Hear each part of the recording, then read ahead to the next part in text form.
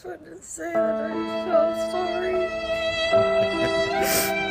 Only people are getting attacked. The children. They don't understand. I'm so sorry. I wish I could do something, but I can't. I don't know. Nope, you sure can't. As of course, talk about crocodile tears. Welcome back, beautiful and amazing human beings. My name's Luke Rudkowski here of thebestpoliticalshow.com, and we are going to be going live for the next hour, 2 hours, 3 hours. We don't know how long we're gonna go for, as of course, there's a lot of absolutely crazy, wild, and insane news to get into today, as we're going to be doing something different with Gary, GG33. We're going to be doing readings. We're going to be talking about numerology. We're going to be talking about deeper down the rabbit hole conspiracies, and, of course, all the latest news that's developing right now as the Trump administration is unleashed. And they are on a tear, firing a whole bunch of people and stopping condom shipments to Gaza. What in the world is really going on here? Well, we're going to be doing our best to try to answer that and a lot more, all here during this exclusive live broadcast with, of course, GG33. Gary, for the people who might not know you, who are you and how would you introduce yourself? I'm the Michael Jordan of what I do. It's that simple, man. You know, you have to understand in life, there's going to be people who are good thinkers, good doers, good talkers. You have a lot of people who are really good at what they do, but there's gonna be few people who understand what it's like to be at that pinnacle. And that's what I am when it comes to numerology and astrology. I basically put it on the map because no matter what, I don't care if you believe in it, don't believe in it, you probably heard who I am. You've probably been pissed off by me before. And trust me, I'm gonna keep trying to get that same energy from you guys in the future, so. Yeah, I've been hanging around Gary for a couple of months now.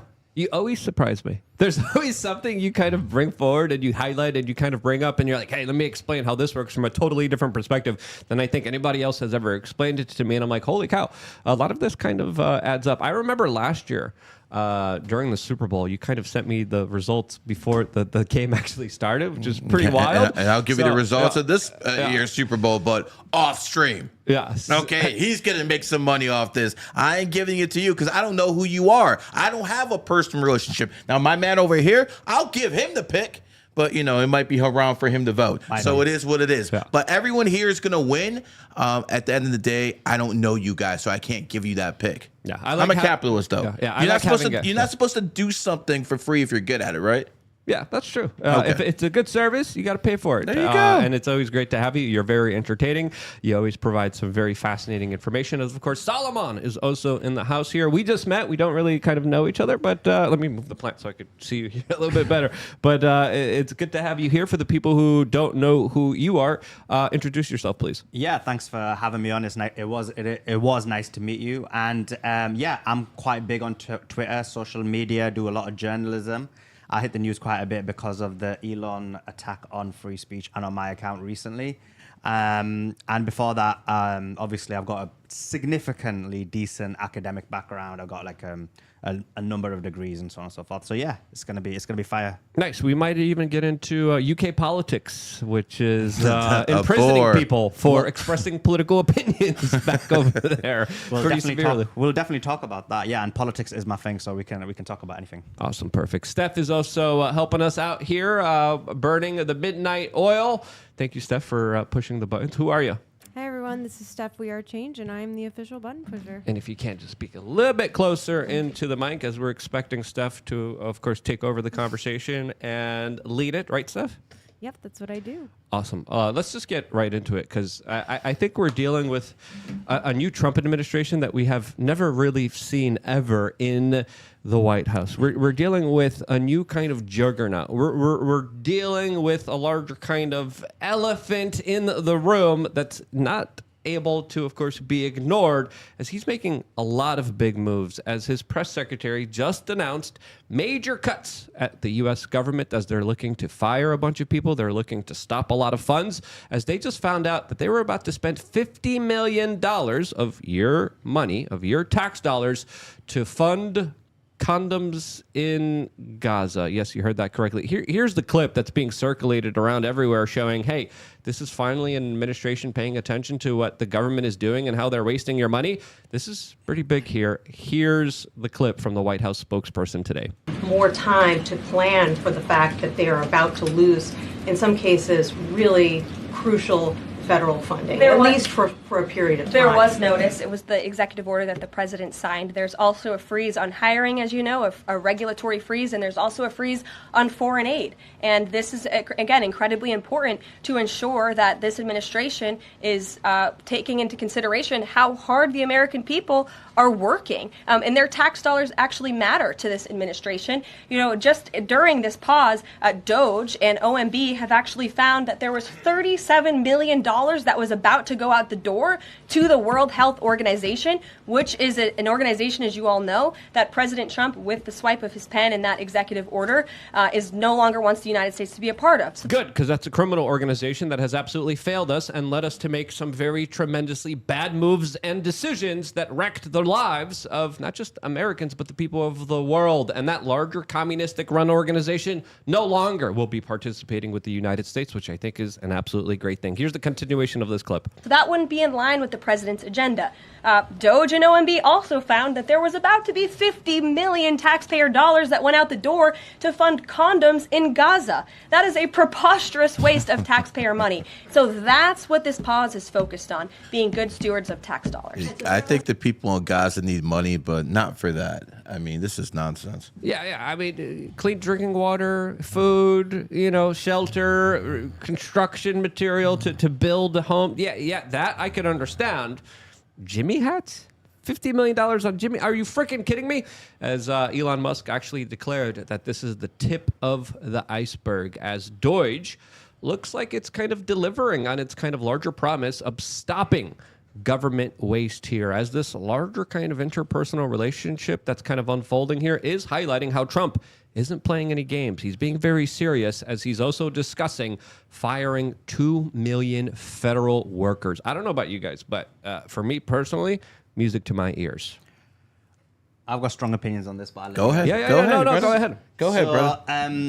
I think, first of all, I wouldn't be excited about this, right? Because, okay, you can fire 2 million federal workers, but the question becomes, some of them will be waste, for sure, but some of them may not be waste. And it's not always the case when you trim the fat, as you call it, or you basically remove workers, that things are going to be better. A good example is Twitter. He obviously fired a lot of workers. Would you say Twitter's operating better? I think there's a highly... Not Spaces. That's for sure. Spaces are much worse, as someone who basically runs the biggest spaces on Twitter. And the video platform kind of sucks too. There's real no way for videos to break through, especially live streams on Twitter as well. The algorithm sees it as an external link, even though it's internal within Twitter. So exactly, it's just crazy. And so I used to get, again, good decent numbers on my Twitter lives, but the problem is obviously my blue check mark's been taken away, so I can't do that now.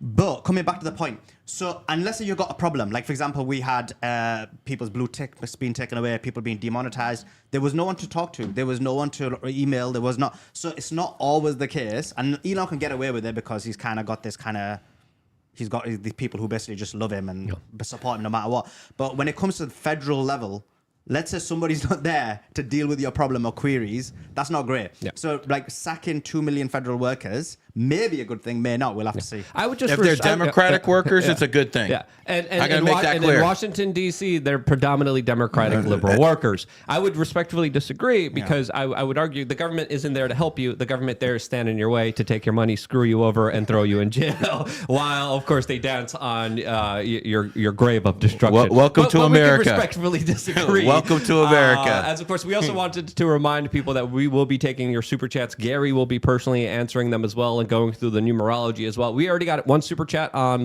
YouTube here from Wacko saying snacks for Alice. Thank you so much, Wacko. Really appreciate that. And we're going to be utilizing new tech here as well, as we have xmrchat.com/wearechanged. The link is in the description, and it actually allows you to anonymously show up your super chats on the screen during the making of this with a privacy crypto coin.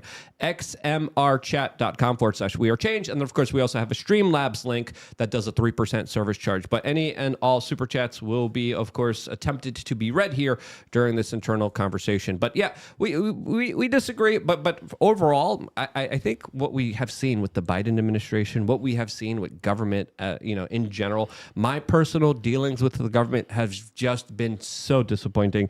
And when he talks about overhauling FEMA, getting rid of FEMA, this is all something that a lot of Americans are saying, yes, I can't wait for this to happen, because then you get rid of this bloated bureaucracy that's standing in the way from people to be able to be free and to make their own personal decisions. And I think we have been robbed of that for so long. And I think anything is better than government right now.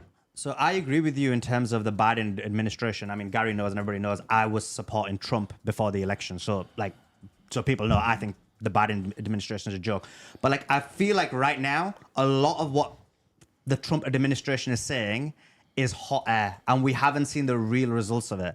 So as an example, you mentioned foreign aid in that clip, but if you look at the countries the foreign aid is largely going to, they're still going to get foreign aid. So what? You're stopping foreign aid for the... So it's like literally saying, I'm stopping foreign aid, but actually the biggest countries that are receiving it, you're still But for condoms? But For condoms? So I'll answer that. So in terms of and just speak into the mic a little bit closer. Yeah, of course. Yeah. So in terms of condoms, obviously that's a bit weird. It doesn't make sense whatsoever. But if you look at the amount, 50 million being sent, obviously they were probably likely, if that money went, they wouldn't have spent it on condoms. It's nothing compared to what's Israel receiving, which is in the billions. So 50 million is a small drop. Oh, I'm not debating that. I'm just saying for condoms that can go. Yeah. Oh, if that's specifically for condoms, I'm cool. Yeah, I'm all right. I'm cool. I'm okay. As a I'm matter okay of with fact, that too. Yeah, send those condoms to California. They need them over there instead. And New York City as well. Yeah, okay. No problem. But the larger point that I'm making here is that he cut all foreign policy and foreign aid through his foreign policy, except for two countries, Egypt and Israel. Which is really Israel. And Ukraine, over the last few years, has been getting the significant portion of a lot of our money and the largest extent of it.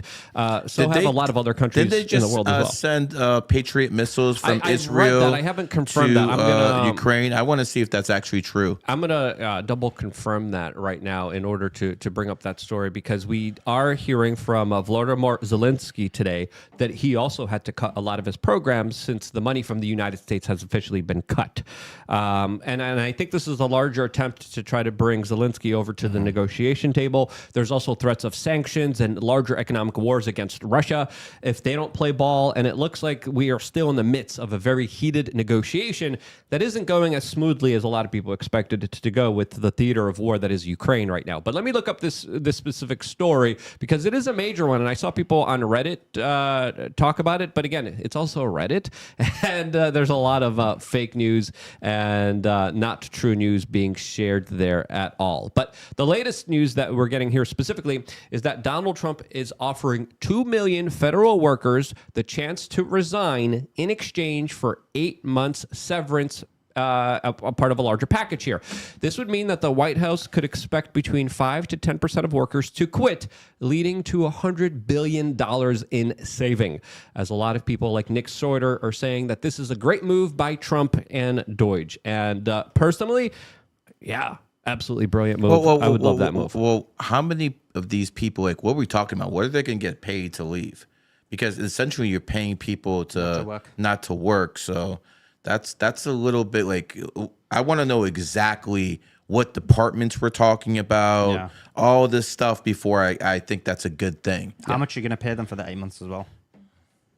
I think it also depends on their salary. So it would be no doubt. Their portion of salary, and how much money. What's the percentage they're going to give people not to work? Because depending on what that is, I'm not sure this is a good deal. Yeah. So, I love to Donald Trump. I just want to see the numbers, and you're a transparent president, so I expect to see that type of stuff. I just want to see him gone.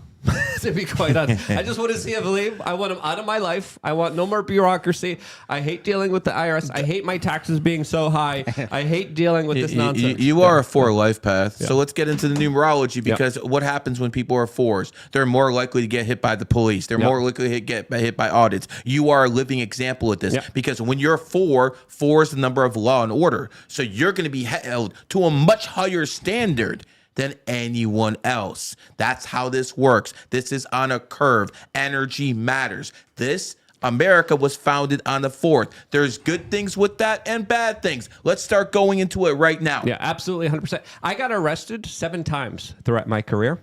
And I never did anything illegal during those 7 times. I was always arrested because I asked a question to a politician that they didn't like, or I was filming something that the police didn't like, and I was literally dragged into court and faced so many serious charges for simply just existing. The IRS hitting me so hard in October wasn't fun to deal with. That's why it makes sense. You're a 4. Yeah. It all makes sense. And guess what? I've heard stories like this over and over. You know why you haven't heard it? Because you didn't know what to look for. I was the guy who was telling people, yo, on 4 days, make sure you put those seatbelts on. That's about the only day I wear my seatbelt.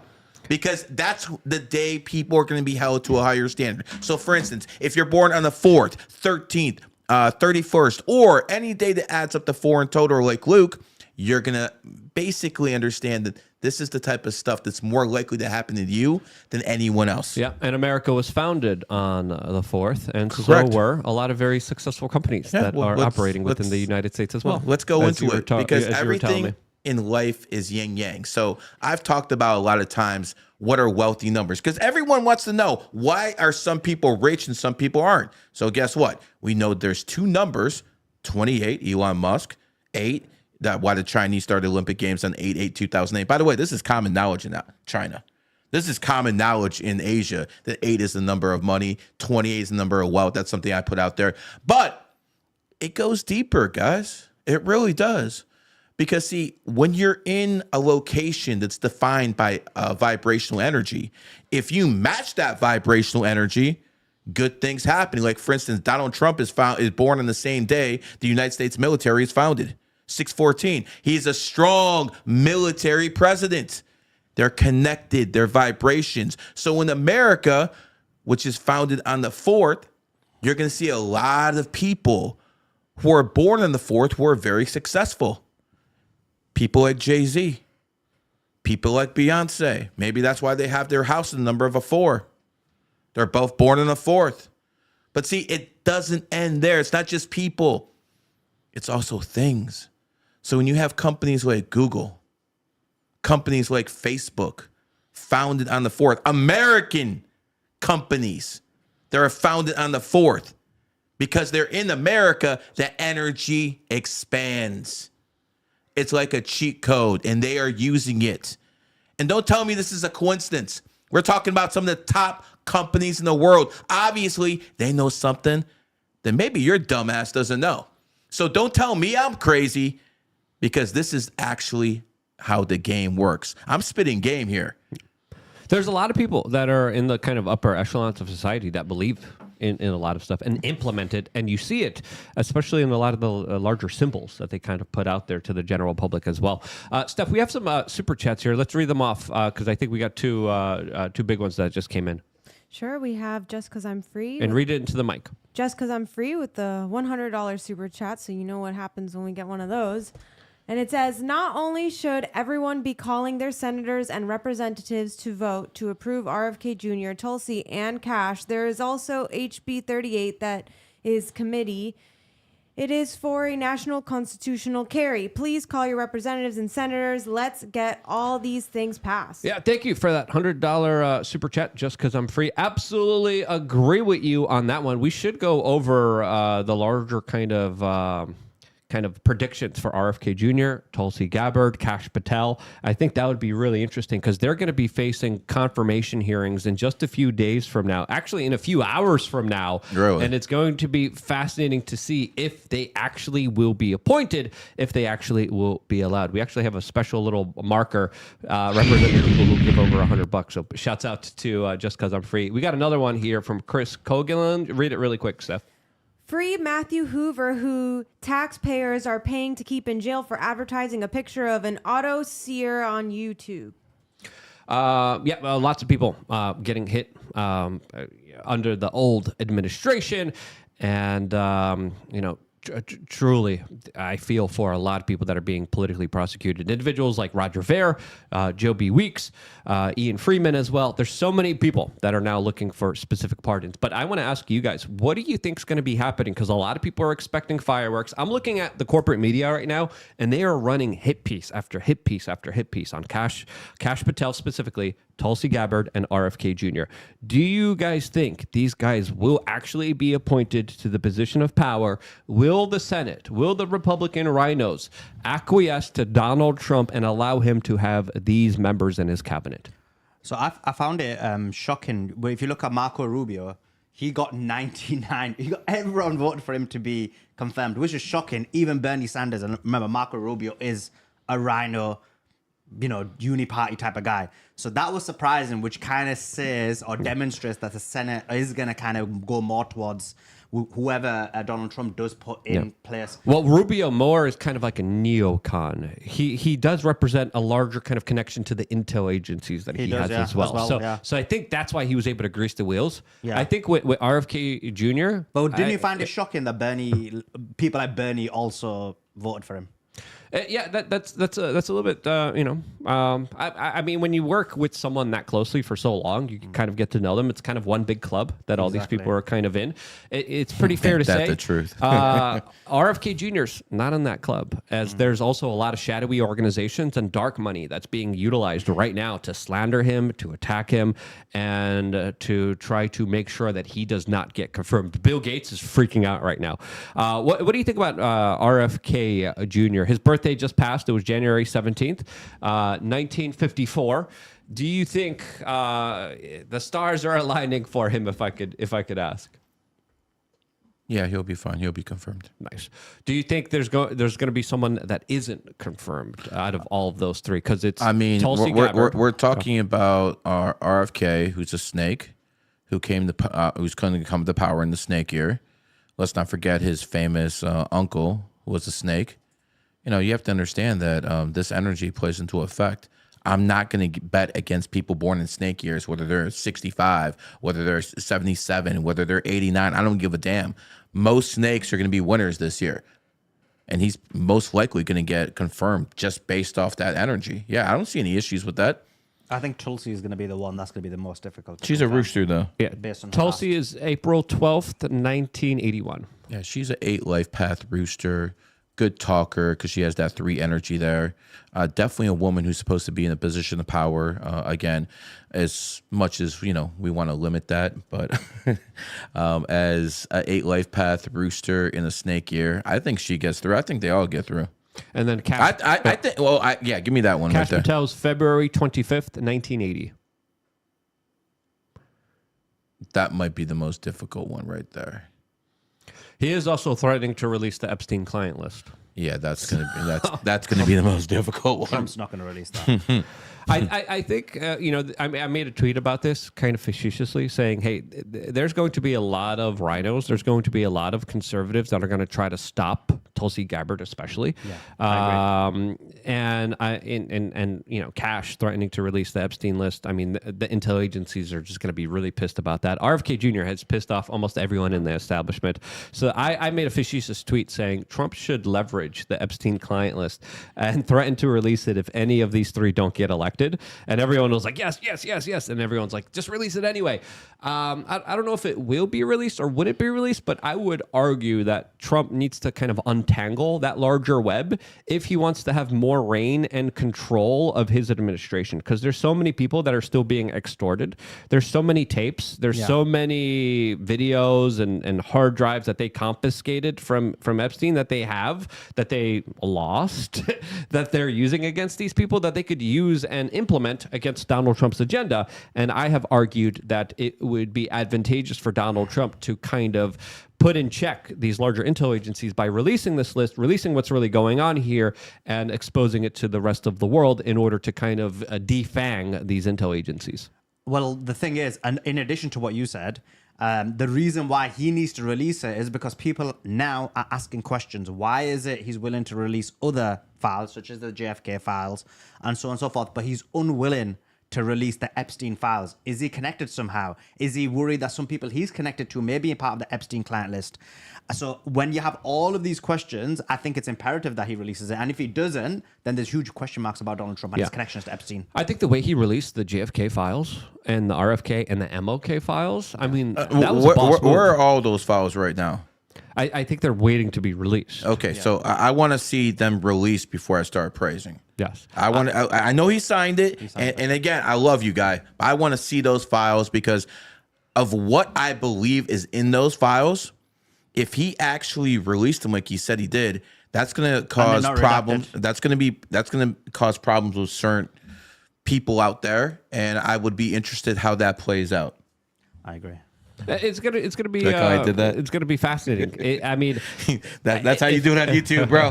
That's how you do it on YouTube, bro. If I see nothing but redacted black pages, I'm gonna be pissed off. That's my concern. I'm like, hey, what is this here? I don't want redacted pages. I want to know all of it. I want to see all of it. It could be just the government also messing with us. The government could have really nothing in those documents, and they could have just been messing with us, just like they did with the drones. As today, we also found out that according to the Trump administration, the drones were approved by Joe Biden and his administration, and they were just flying them all over the East Coast. We got another super chat related to RFK Jr. that we were discussing. Read it off quick, Steph. RFK Jr. is super important pick. I hope to be in the shape he is when I'm at his age.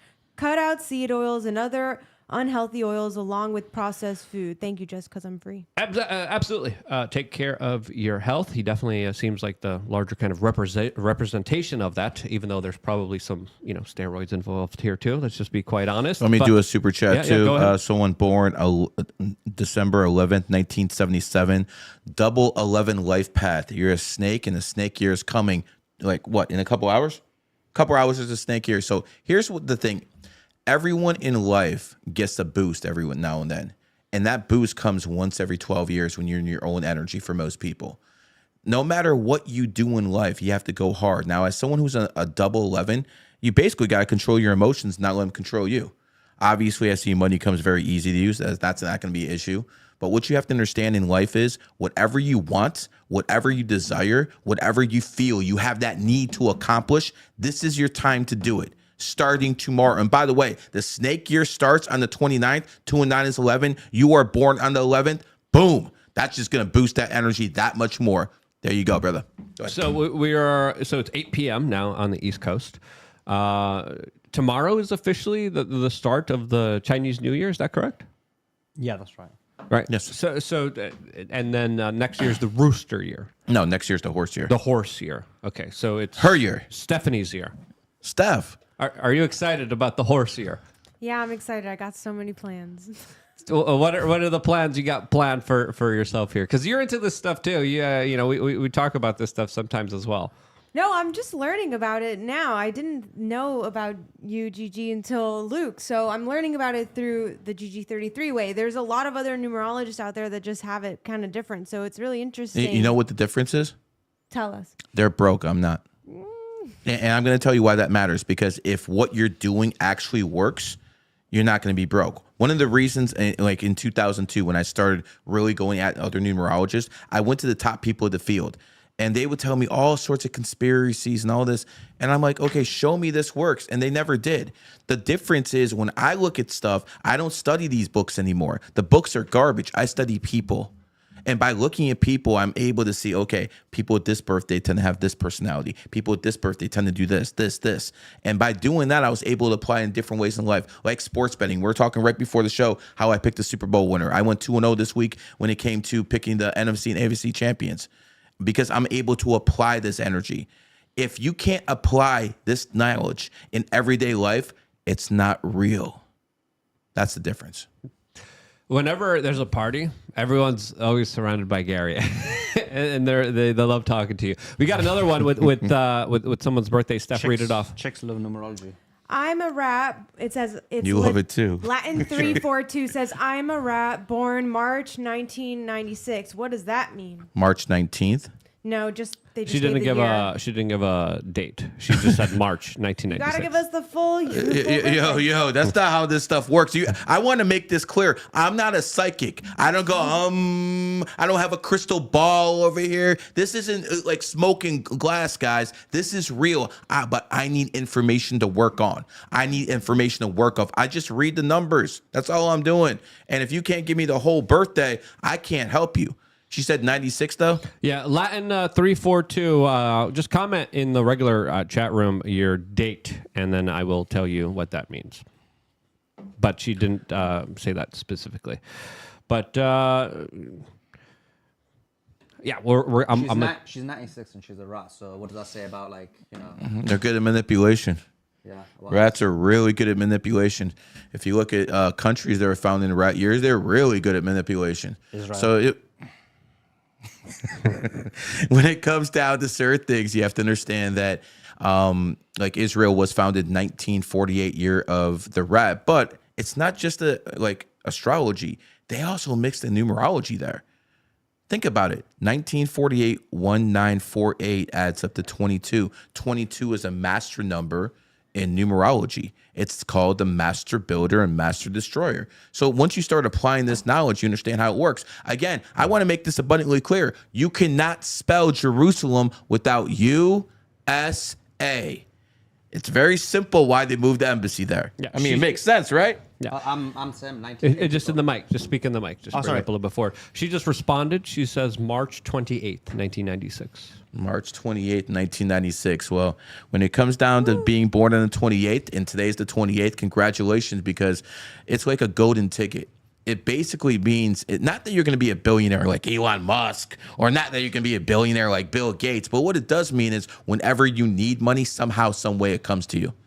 And it always has. That's the power of being born in the 28th. It just comes to you. And most of these people really think it's dumb luck. I mean, Vladimir Putin, the guy we're going to talk about today, went out of his way to have a child born on the 28th.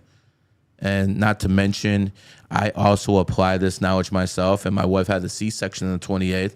And yes, we have significantly improved our lives financially since that child was born. So money comes easy to you. And it always will. Always trust your gut, too. You have really good gut instincts. And that's where I'll go. Solomon, what do you think of all this? Because I know you've been talking to Gary, too. Have you implemented any of this stuff yourself? Yeah, look, it's a bit controversial because obviously I'm a Muslim, but I do believe in numerology. I think it works significantly. Before I met Gary, I did actually study like Islamic numerology, so I knew that worked, and then basically spiritual numerology as well, which I know it works as well. And then I met Gary, and then he basically explained his numerology, which is and he's taught me quite a lot of it actually, and it is fire. It definitely works. I'm very much into it, and I think I do know like a lot of the things he's saying. I do know it because obviously he taught me it, so it is like definitely on the ball, both the numerology part and the astrology part. Yeah. Now we have everyone sending in their birthdays in the super chat. Are you okay going through this? Keep going. Gary? Steph, take it away. All right. We got Steve Lawless saying March 12th, 1981, please. March 12th, 1981, 7 Lifepath. You are what they call a very intellectual. You are an extremely smart man. 7 is the number of the genius. Genius starts with G. G is the 7th letter. So when people have that birthday, they just want to know as much as possible. Now, you do get bored quickly, and you do have a short attention span, but you love knowledge. You look very young for your age, and quite frankly, you're a little bit too aggressive in life. I'd probably slow down a little bit. I think your greatest gift is your ability to build up other people as well. Good mouthpiece too. Good at sales. 2023 sucked. Oh, we got Kirk Wood In the mic stuff. saying Gary, April 18th, 1985 ox. You don't have to tell me what it is. I already know what it is. So April 18th, you're a double 9 life path, and you're born in the ox year. So here's the thing. Snakes, going to dominate this year. Kai Sinet's already showing it. Roosters are going to dominate this year. And the other sign that's going to do really well this year is ox. So when it comes down to it, people who are born 85, 97 should expect a much better outcome. Now, does that mean you can just lay on your couch and be like, ah, fuck it, astrology got me? No, you got to put in work. It's like, you know, taking steroids and not even working out. You still got to do some work, but it's just going to boost your energy. So go out there, go hard, do whatever you want to do in life. Now, when it comes down to you, I see you do travel quite a bit, but I'm going to say this. Make sure you surround yourself in front of the right people. You need the right people around you. You have that done, you'll be fine in life. And that's you're good at starting things. You're not very good at finishing them. It is what it is. And that's like an important point you made, right? Because people think numerology is like, oh, it predicts the future. Like, it just tells you what's going to happen. But in reality, what you just said there was that you need to put the effort in. So what actually happens is you've got, like, you're made in a certain way, right? People are made with different levels of intelligence. People are made with different types of body types. Say that again. Yeah. People are made with different types of... Repeal 19. Oh, no. We're going there. Yeah, so people are we made going with to like... get into demographics? Oh, no. Yeah, Sorry. yeah. So people are made with like different type of body types. People are made with different, different attributes. Yeah, for sure. And therefore, you're given those, and then it's how you apply it to life. That's the way I see numerology. It's like you're given certain things. There's certain things that might go your way. Your soul's made in a certain way. The universe is created in a certain way, and then it's the way you navigate it. All right, Steve Lawless is saying spot on. Wow, my mind is blown from what you had read previously. And he did that in the regular chat room, right? Yeah. I just want to give everyone a little update on what we got going on right now. I'm that damn good. That's why I'm the only numerologist ever invited to the White House. Trump White House. I want to make that. Good. I want to make that clear. Trump White House. Yeah. Biden. Yeah. No, I was only there once. I thought you went to the inauguration twice. No. Well, yeah, I went to the inauguration twice, but the White House once. Okay. Yeah. We got Guardian Angel saying 040589. I'm curious what you have to say. April 5th, 1989. April 5th, 89. Well, you change your mind a lot. You are an attractive person. You're also a very jealous person. Quite frankly, when I look at you, I think you, not look at you, read your numbers. I basically see someone who's very good at doing things. Someone can be very indecisive at times, but once you set your mind to something, you're really good at it. I think you have a lot of wisdom, but you can be lazy at times. This is a snake year. You're a snake. You better get your shit together this year. Go hard. And honestly, money should have been coming to you, at least in the first 3 months of this year, money should come to you. So just take advantage of that energy.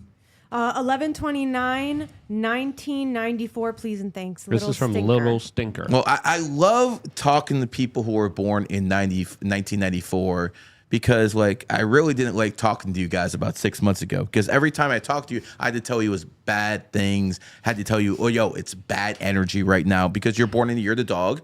And, this was the year of the dragon. It still is the year of the dragon for a few more hours. So why do you think California is burning? California was founded in 1850, year of the dog. That it's burning. And by the way, I've made videos of this saying it was going to happen. So this is not like, oh, wow, how come you didn't warn us? I did. Here's the point. If you're born in the year of the dog, it was your enemy year. Shit did not go your way for the past year. But now that energy, tomorrow, it's going to be like you're a beach ball suppressed underwater. And tomorrow, they're going to let you rise like this. So you're going to basically feel a lot of negative energy just off you. And, 2026 is the year you actually take off. You're an old soul. Anyone born on the 11th, 29th is an old soul, no matter how young they are. And what that basically means is I believe you've been reincarnated quite a few times actually to earn the right to be someone who's 11. 11, 22, 33, these are master numbers. You can't be given that. You have to earn that right. You have to go through all the 1 through 9 and actually pass those reincarnations until you get to that energy. So basically it comes down to this. Control your emotions. 2025 should be a good year for you, my friend. We got some more. We have one from Owen Miller. All right, we need to slow down for a second. Yeah, there's a lot of them. Now okay, we we got a so whole we- bunch. We should do the ones that are the highest. Yeah, We so- have King of Biltong also, but we'll get into it in a little bit since there's always a lot of different stuff to talk about, and I know everyone is So always. we'll go back to these like every 10 minutes, but here's what's going to happen. It's going to derail the podcast completely because this is all it's going to be. So we'll go back every 10 minutes. Plus, I need to catch my breath. Okay, I'm not some street hooker who's just gonna work 24/7. You gotta wait a little bit. Okay, thank you. Let's go to some news. Yeah, I like Gary here because I don't have to do the talking. Gary just kind of takes over. I'm like, okay, cool. I get to relax. I got and him look at here all the news that's too. breaking I got him here too. Solomon, take over anytime you want as well. As of course, I'm sure. looking at Twitter. I'm looking at all the news breaking right now. It looks like Donald Trump just posted on Truth Social that the number of encounters at the border have gone down 92.9% in the first week of Trump's administration. Daily migrant encounters dropped significantly from 2,087 to just 148 under Trump's new border measures that have essentially stopped a lot of people trying to illegally cross into the United States. This is also happening as there was gunfire at the southern border yesterday as alleged cartel members were taking shots at U.S. Border Patrol. As clearly, this is one of the main issues right now that is dominating this country. Immigration has been a hot topic of discussion. There's a lot of leftists, there's a lot of liberals that are not happy about this larger kind of disclosure. There's people organizing how they could hide people on Facebook right now, how they could get away from, of course, implementing a lot of these ICE measures. Send them to prison too. If you're hiding people, send them to prison too. Get the hell out of my country. Flat the hell out. Get the hell out of my country. If you came here illegally, get out or ICE is going to throw you out. And by the way, this isn't no underground railroad. There's none of this bullshit going on. There's no moral argument here. Nations have fucking borders. Get out. Not the UK, though, right, Solomon? No, I think it's the other way around. We actually don't have any illegal immigration into the UK. So in a year, we have anything between 20 to 40,000 illegal immigrants. I think you guys have that like on a daily basis. So when it comes to UK, So it's a lot easier to get to us than on an island, you know? yeah, of course. So in the UK, this is like, again, some propaganda where people make it look like there's illegal immigration going on when there's hardly any illegal immigration in the UK. In terms of what you said about Trump, though, I mean, I know, again, everyone's excited. I know people love Trump, but I think we need... Trump. Go ahead. But I think we need the evidence to basically marry up with a lot of the claims or a lot of the news. So at the moment, when you look at a lot of people, illegal immigrants that have been deported, I think it's averaging at like maybe 300 a day, which is... No, it's a little bit more than that. No, Last it's like- 2 days, it was like 1,000. Yeah, but then the first 5 days, it was like 200. Yeah, give him some time. Yeah. So that's the excuse. So hopefully Gary's right, and that ends up happening, that the numbers increase, and therefore he does basically back up what his claim is, that there's going to be a lot of illegal immigrants. But up to now, based on the numbers, there's not going to be that many over the year. So if they carry on with this average, it's going to be well below many other years. Even if they shut down the border, which they have, there's ICE agents and everything all over there now. So people aren't getting in it like they used to. That in itself tells you that they're serious about this. Right there. Now, it's going to take some time. What do you think? You're going to be able to get 50,000 people out a day? That's probably impossible without turning this into a police state. There's only so far they can go without, going over expanding their police powers. How much are you expecting over the year? I think as long as we get to a number of about maybe 2,000-3,000 a day, I think that's a good start for year one. Year one. Yesterday on January 27th, there was 3,552 arrests and 2,650 detainees logged. So that was just yesterday. That's not bad. What are the numbers today? We don't know yet, because today's still not over. But the data that we're getting in is highlighting a huge number here. These are a lot of people that the Democrats wanted to be in here to be future Democratic voters that no longer will be. I mean, I think it's also fair to argue. We saw what happened in the United Kingdom when a lot of people were able to kind of walk in and kind of change the overall kind of political landscape of that country. How so? I think the UK and Europe has been very slowly and surely moving more and more to the left, more towards liberal governments, and I think a big portion of that is because of their immigration policies. Yeah, I don't agree. But UK is definitely more left. There's no Yes, doubt about that, yeah. right? But in terms of the reasoning for it, is definitely not because of immigration. The vast majority of immigration into the UK comes from India and China. When you look at the UK demographic, you'll be surprised. But for example, in the UK, the white population is 78%. Higher than America. In America, Yeah. it's only 58%. So that tells you how the difference. In terms of why the UK, why Labour was voted in, obviously we can't talk about who basically put Keir Starmer in power because we're on YouTube. But anyway, they put Keir Starmer in power. And the only reason he won the vote, and he got won by landslide, is actually because 6 weeks before the UK elections, Nigel Farage became the head of Reform Party. Before that, it was Tice. And what the mainstream media did was they started propagating Nigel Farage a lot. And to the point where he got a decent amount of recognition. So a party that was almost inconsequential became mainstream within 6 weeks before the election. What Nigel Farage did was, or what his party did was, it took a lot of the conservative vote. So if you think about it, you got Labour votes. They and split the vote. They split the conservative Yep. vote. So even in areas that before were always conservative, once you split the vote, Labour wins. So in reality, the reason why Labour won the election, because remember, before that, we had Conservatives in power for almost 12 years, is because of the vote split. It's not for any other reason. You're basically saying the same thing that happened to Clinton. Perot split the vote against Bush, and Clinton got in. And also something that recently what happened happens. in France as well, where the right wingers were looking like they were going to have a larger political victory, and then left made a larger coalition with the ultra left, and then stopped this kind of right wing kind of powerhouse that was kind of coming in there that everyone was kind of fear mongering about. As now we're going to have also elections in Germany that I think are going to be very consequential, as a lot of people are also looking at the kind of right wing party there. But overall, I would argue that being in Europe, you learn that a lot of the kind of right wingers there are essentially moderate liberals of America, and the political kind of spectrum is a little bit This is a little bit extremely different. accurate. Yeah. Extremely accurate. So if you look at the Conservative government, who's meant to be the right-wing party, Yeah. they're the ones who did the LGBTQ education in schools. They're the ones who did various other policies, which you're not allowed to talk about on YouTube. But basically, they did a lot of those policies. So that's the right-wing government. Yeah. So yeah, for sure, you're right. And also, there's a lot of Muslims now that are not in favor of the left-wing government inside of Europe, who are saying, "Yeah, I don't want to vote for the lefties as well." The problem with the Muslims in the UK is they didn't want to vote Labour because of the geopolitical situation that's happened over the last 15 months, and they didn't want to vote Conservative because they don't represent them at all. So essentially, they end up voting either didn't vote or they did vote Labour because they didn't want the reform of the party to get in. Because the Muslim population in the UK is so less, it almost becomes inconsequential because they don't vote as a monolith. Yeah. What do you think is going to be happening in Germany? As a lot of people are saying, there could be a big surprise there. So Elon's pushing the AfD party. I think the AfD party is going to get a decent amount of the vote, but even then, I don't think they'll win the election. Elon don't have that pull in Germany. He doesn't have that. He Problem. doesn't have He's that not pull in Germany. David Hasselhoff. If it was David Yeah, Hasselhoff, then he's got it. then Yeah, you need to recruit David Hasselhoff, and you will get all of the people in I Germany agree. voting for you.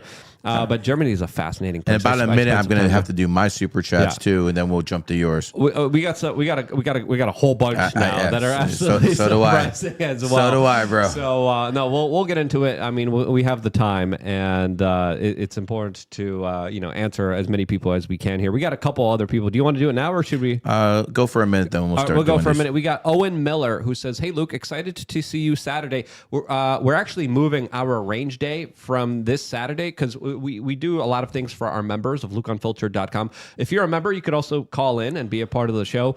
Go to the members chat now on Telegram. But we moved our range day to, I think, a week or 2 weeks from now. We're going to let you know as soon as we know. But this week's range day is postponed, and it won't be happening. But he's saying, what's up with my birth today? October 15th, 1997. October 15th, 1997. Okay, so you're an ox. Your beneficial energy is coming. Because you're born on the 15th, that means you're going to have to be either a very home and family guy or someone who has a lot of responsibility over other people in a business, department, something like that. So that would probably be the best thing that you could do in your life. Either have a family business. And another thing that people who are born on the 15th are really good at, I mean, you guys could check this. This is sound. People born on the 15th are like killers in real estate. They do so well. And one of the reasons is if you look at house, home, first vowel is O, O is the 15th letter. So if all the 6 vibrations that the people born in 15 do really well in real estate. So if you're not in that field, that's what I recommend you do. Is it a 33 as well? 33.6. Yeah. I don't like to even give people that because they start thinking like, oh, I'm a 33, where no matter what, they're mostly 6. Yeah, but they're better than everybody else. Oh my God. I think we had a conversation too where you're like, I think you're at a point where you're at a 33.6 See, too. he decided to do that because that person was an ox and he's a rat. So he decided to help his fellow soulmate, even though he never met that person, never will. But that's how energy works, correct? Also, I'm a 33 as well. 6 Yeah. We have another one from King of Biltong who works with us. He's one of our sponsors, BiltongUSA.com, landofbiltong.com. Great products, great services. He says, okay, I'll play. January 17th, 1974. January 17th, 1974. Is that what he said? Yes, January 17th, 1974. Okay. So basically what we have here is a 3 life path. So you're a communicator. You're a networker. You honestly look pretty young for your age.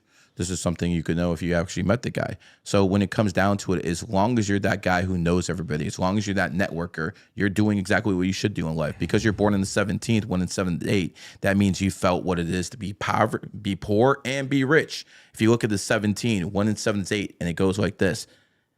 Look at the shape of the 8. What goes around comes around. So it's karma, but it's also very thin in the middle. That thinness in the middle represents the middle class. So either you have it or you don't. That's how it's always going to be. That's how it's always working. So as long as you're watching your karma, you should be good, bro. Yeah. You're also like a dictator in business. Like when you're the boss, it's your way or the highway. I know you're laughing now. Yeah. Owen Miller just answered back with another super chat saying, holy ish, I actually work in real estate. So, yeah. And people call me a fraud. Yeah. And people call me a fraud. How the hell could I know that? Because I've done this enough times. This is why I'm cocky. You could have any machine. You can do anything. They haven't seen what you can't make the connections if you're not looking for the stuff. You just can't do it. So many people born in the 15th are into real estate. This is how it works. Luke, remember we have Queen of Biltong too. Yes. I don't think she asked in the chat, did she? Yeah, so she says, seeing that my husband plays, I'll also play. And she gave us...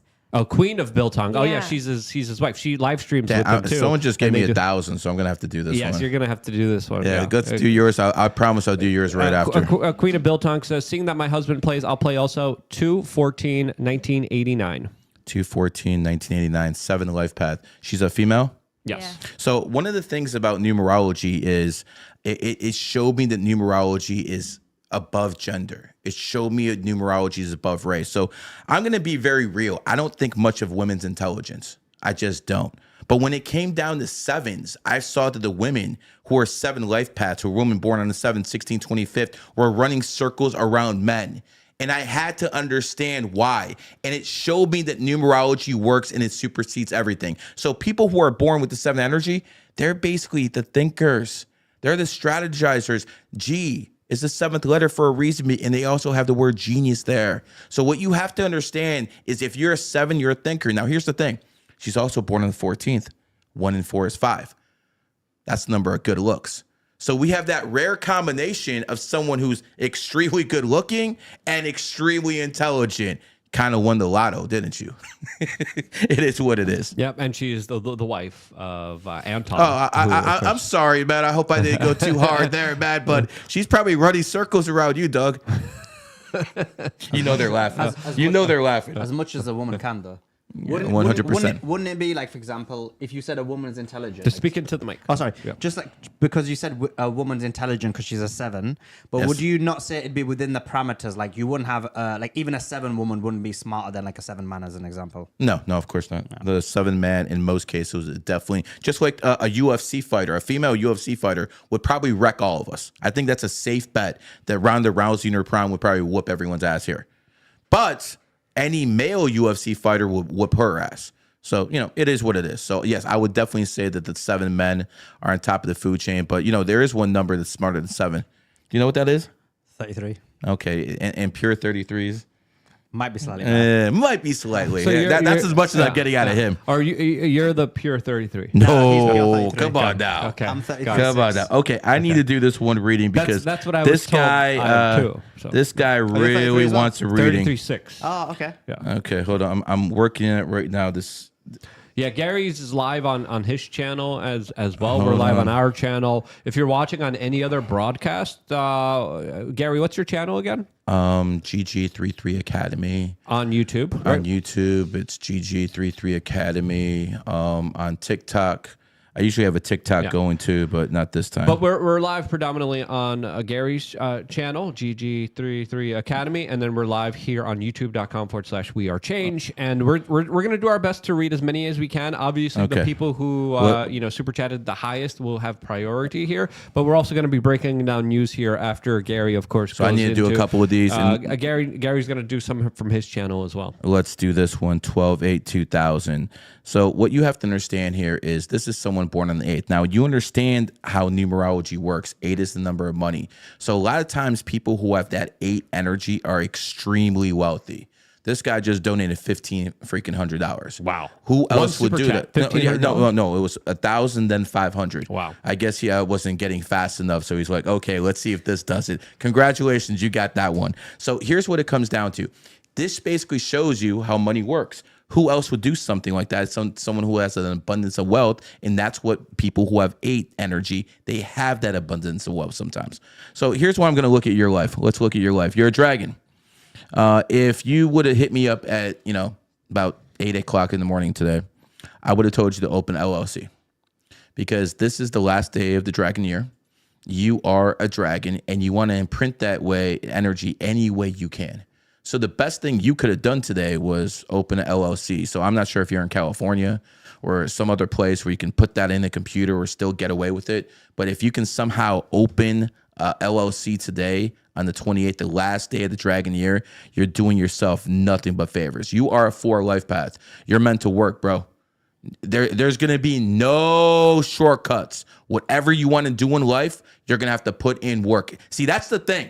People think everything is just handed to them in life. If you're a 4 life path, Luke, tell them. Yeah, it's a lot of freaking work. Anything work. ever handed to you? Never. No. Always had to blood, sweat, and tears. So this guy over here who's born with 8 energy, yeah, the money comes to you and you probably have a shitload of it, but you had to work your ass off for it too. That's the thing about 4s, man. They will outwork everybody. Whenever you see a 4 on top, he outworked everyone. One of the things I like to talk about is Bill Gates. I know Bill Gates is not a fan of the show. No. Bill Gates is definitely is not. Bill Gates is not the type of guy who a lot of people like. But, he was basically a con artist. He basically bought a whole bunch of operating systems from people who were smarter than him. But he found a way to basically take advantage of it. He outworked a lot of people doing what he did. He's born on the 28th, but he's also 28th, 1955. Yep. So again, he's a 28, but he outworked all the other 28s. He outworked them. That's what you have to do as a 4. I cannot stress that enough.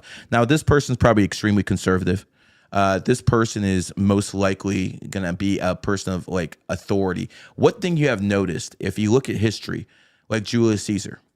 Julius Caesar was a young leader. He didn't just get there when he was an old man. He was a young leader. And you see this trend with dragons. Dragons have the aura of authority. That is their superpower. So even women who are born in the year of the dragon, they seem to like dominate men a lot more than other women. So even young guys who are born with this type of energy, they're always going to be looked at as a more of a equal or more of a father figure than most people their age. So that's a way for this person here to take advantage of it. I see you're probably a good athlete. You have to work on your emotions. Quite frankly, you're don't be so aggressive when you have the money though. 8s are freaking wild when they have money, man. They try to hit home runs every fucking time. Like they don't swing for singles. They don't swing for doubles. They want a home run every time. So a lot of times you're going to see 8s that go like this. Their money is like a roller coaster, up and down, up and down. Once you're over here, slow down a little bit. And the last thing about 8s, I'll reveal. Once 8's got money, they're only interested in one thing: power. You've seen that, haven't you? All right, man. This is the last year of the dragon. Last day of the year of the dragon, man. Do the most of it. Have fun. All right, let's do some more of yours.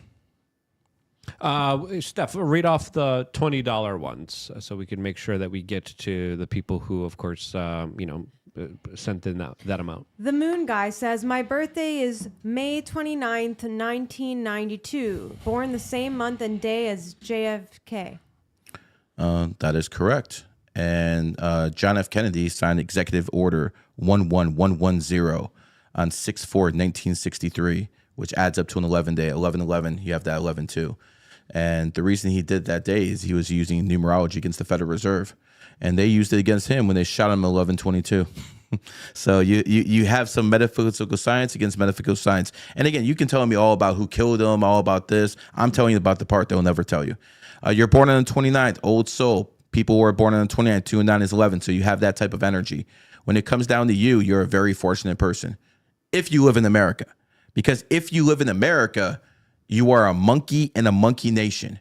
1992 is the year of the monkey. 1776 is the year of the monkey. So when it comes down to it, people who are born in monkey years always have that boost of energy. I expect you to have a very big family and a lot of grandkids. Congrats.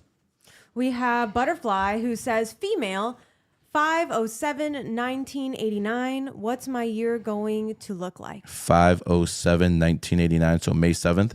Yeah. Okay. So you're a 3 life path. So you obviously don't look like you're born in 89. I'm not hitting you. I'm just telling you the truth. People wear 3 life paths, age like fine wine. And you expect that because 3 is the childlike energy. Child begins with C. C is the 3rd letter. That's why you always look at the English language. But when I look at you, again, you have one of those intelligent birthdays. You're born on the 7th, like moi. You know, I like to think that I'm pretty intelligent, but, who cares what some of you people think? I know I'm intelligent, and so should people born in the 7th. You have one of your gifts in life. Some people are bodybuilders. Some people are models. You're smart. You're born in the 7th. You're smart. That it is what it is. I would say that you're having pretty much one of those type of years where your outlook on life is changing. It's been emotional, no doubt, and you're not the most emotional person in the world. But expect that energy to change after your birthday, and I expect you to have a very, very social 2025 after. Sir Cinnamon Wilson says, January 7th, 1994, year of the dog Luke and great job. Co-host, great job. January 7th, what year? 1994. 1994. So we have a rooster. This I love when I can talk to roosters, snakes, and oxes this year because I got nothing but good news. Everyone calls me, so-and-so. I'm manifesting bad thoughts. I'm telling you what the system is. You're a rooster. Go hard this year. And by the way, you have the best birthday ever. At least the month and the day. There is no better birthday than January 7th. You know what that is? Other than October 10th, I think. Okay, yeah. Come on.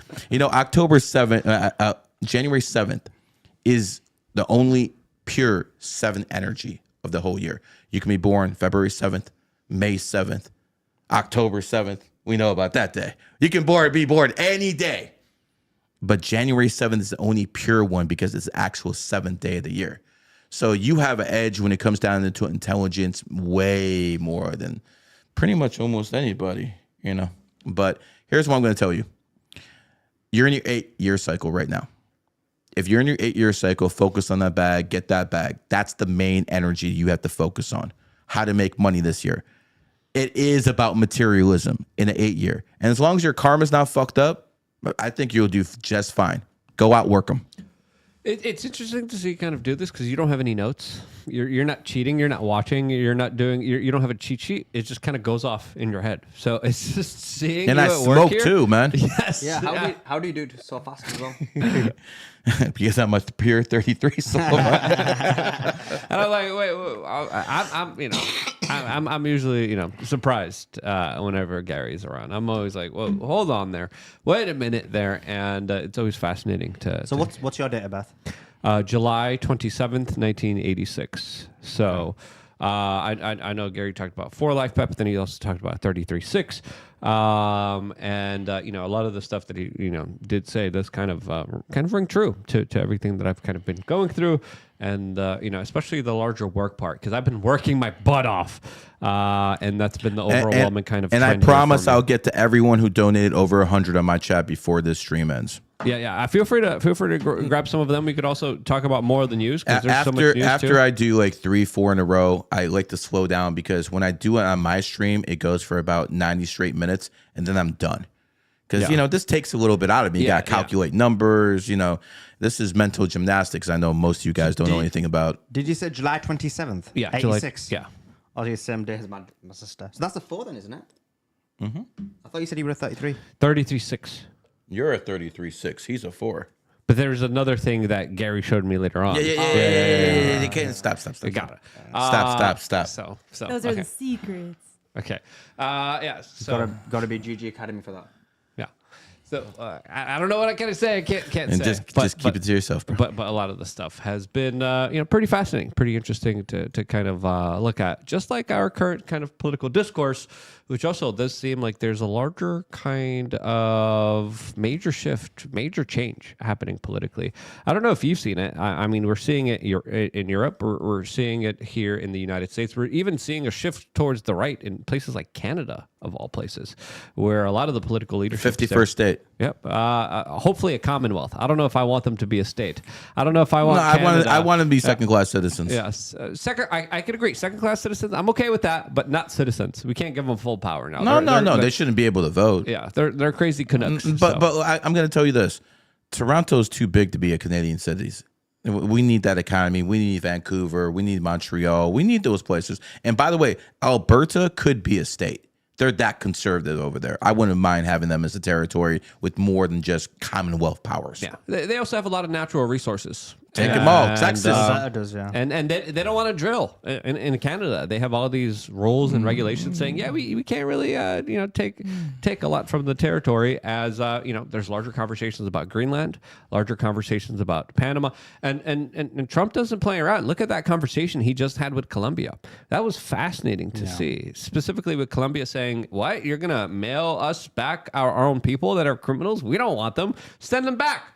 And Trump was like, the hell? What are you going to do here? Well, we're just going to implement tariffs on you. And then, of course, the Colombian government kind of acquiesced here. It looks like there's also going to be a potential partnership with El Salvador, which is fascinating to see here, as there's conversations about specifically sending hardened criminals, violent repeat offenders that are American citizens, that aren't here illegal, that have no kind of lineage to El Salvador, literally being sent to El Salvador as a punishment, as they are now trying to work out a bigger deal with the government of El Salvador that will have American citizens shipped down there to their jails. Not a lot of people are saying this is crazy. This is American wild. citizens? American citizens that are repeat offenders, that are recidivist criminals that keep committing crimes over and over again. The plan here that has been kind of thrown around here is that those people would be deported to El Salvador to be put in their prisons, even when they're American citizens. You mean if they were anchor babies? No. If they're just repeat offenders. So you could basically have somebody who lived in America since the inception, Yes. and because they're a repeat offender, would be deported from the country. To El Salvador and have to do their jail stint in El Salvador, which would be horrendous and horrible. This is the Rolling Stone article here, seeing Trump's developing a plan to deport migrants, including Venezuelan gang members, to El Salvador report. And then there was also larger conversations about sending career criminals down there to El Salvador. Oh, I understand why they're doing that. He cleaned up the streets over there. He did, yeah, but it's if you can't deport You American can't citizens. deport American citizens to El Salvador. Now, if they're anchor babies, I'm okay with it. But if they been born here for and lived here for 30, 40 years, you can't do that shit. Yeah. Well, this is the conversation that's at play here. We have this article here from the Daily there's Mail no way that's constitutional. That Donald Trump is it's the Daily hinting Mail. specifically sending repeat American offenders to prison abroad, even if they aren't in the country illegally. So this is another wild plan here. Trump's about that life. Yeah. Trump's about, I like this president. I was here smoking one Yep. with you guys on election day, and we called this. We said it'd be a landslide. We said that day America is changing, and I like this change. Yeah. I like this change. I don't have to look at no rainbow flag anymore or anything like that. I know my president is going to do what the hell he said he's going to do. You felt that shift. We loved were it. in the room here. It was me, you, Roger Stone. We had Alex Jones on the line as well. We had so many great people in studio here with us for that very important moment. My desk is still covered with the champagne. The room here smells still a little bit It was like a good day. cigars. And we were up live for like 9 hours throughout that entire day. That was a 9-hour stream? Yeah, you came in at the later end of it. Okay. And man, it was just, watching everything unfold. We were expecting to go for days because we were unsure if we were going to see the results here. Overwhelming landslide, got the popular vote, got the electoral college vote, and truly, it was just, something. A lot of people were skeptical. A lot of people in our circle, a part of our audience, were saying, no way he's going to actually keep his campaign promise. And, they said that because a lot of presidents don't. This guy is he's actually keeping his promises. He's delivering on them. And sure, he says a couple wild things, but you never know when It he's gets going to results. actually get. It gets results. He said those hostages best be released before he becomes president, and then Biden took credit for it. Yeah. I mean, that's like other numerologists taking credit for my work. How does Biden take credit for what happened in the Middle East in the Crease fire?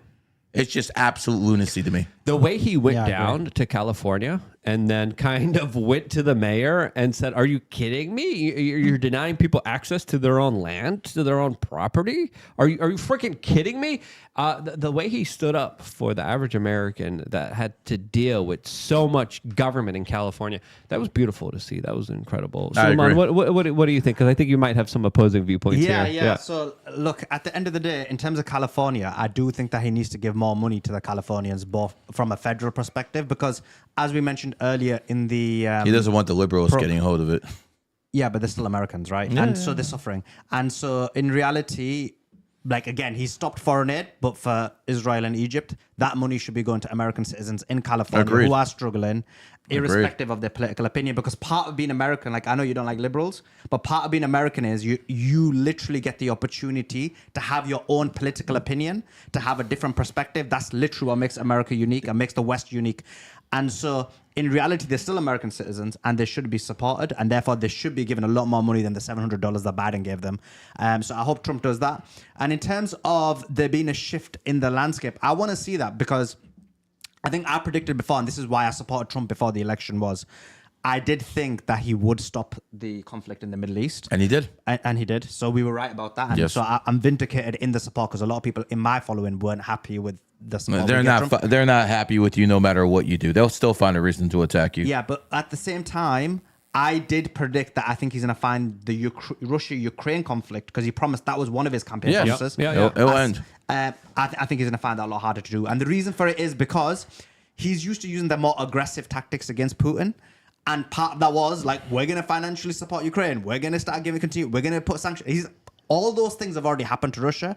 Russia's done extremely well in Ukraine, in the sense of, obviously not well in the sense of the war still going on for 3 years, but they've taken so much land that I just think in my mind, I think that what kind of deal can he do where Ukraine's going to be happy, Russia's going to be happy, and Americans going to be happy? I just can't see it, other than him allowing to Why keep the should territory. losers of wars be happy? Well, the loser would be America, because it's No, kind no, of... the loser is Ukraine. Well, Ukraine was a proxy of America. It was Wait a second. A useful proxy at the time. It's no longer as useful. It was a... So what... It already destroyed the Russian military to the point where they lost so many men. They can't actually... They're not like a threat to team up with China anymore and do as much damage because they lost so many men From, Ukraine. yeah, I They've agree. neutered. They're Russia- neutered. So it They're did what they had to do. They're not neutered, but yeah, they are significantly impacted. They are Neutered. They're a lot weaker. But at the same time, we're talking about the Ukraine-Russia war ending. I think that's going to be hard to do, because he's going to have to give Russia the annexed regions. He's going to have to give Russia the separatist regions. He's going to have to give Donbass and all the other regions to They already Russia. control all of Donbass. I know they do, and that's the point. So now the question is going to become, Is Ukraine going to be okay with that? And is America going to be okay with that? Because America, Uniparty would fight against him on that Yeah, issue. the Ukrainians don't want to give it up. The Ukrainians are saying, not 1 inch. We're not giving anything up. No, that's what they were saying in 2022, 2023. They've lost enough people so far. They're talking about putting women on the front line. So let me tell you something.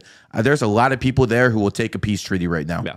Way too many young Slavic men have died. Way too many. 100%. It needs to stop immediately. Yeah. And I agree with you. I mean, I've been following this from the very beginning. CNN was telling us it's going to end in a few days. The war's going to be over. I'm like, this is a war that's going to go on for far too long than a lot of people have expected it to go on. I was dead right about that. It's going to be a stalemate. It absolutely is. The Russians are making territorial gains right now, specifically in the Donbass region, but still, it's still every at a day they're snail's making pace. gains. Yeah. Every day. Yeah. Even if it's inches, they're making gains every single day. You know what's interesting about that?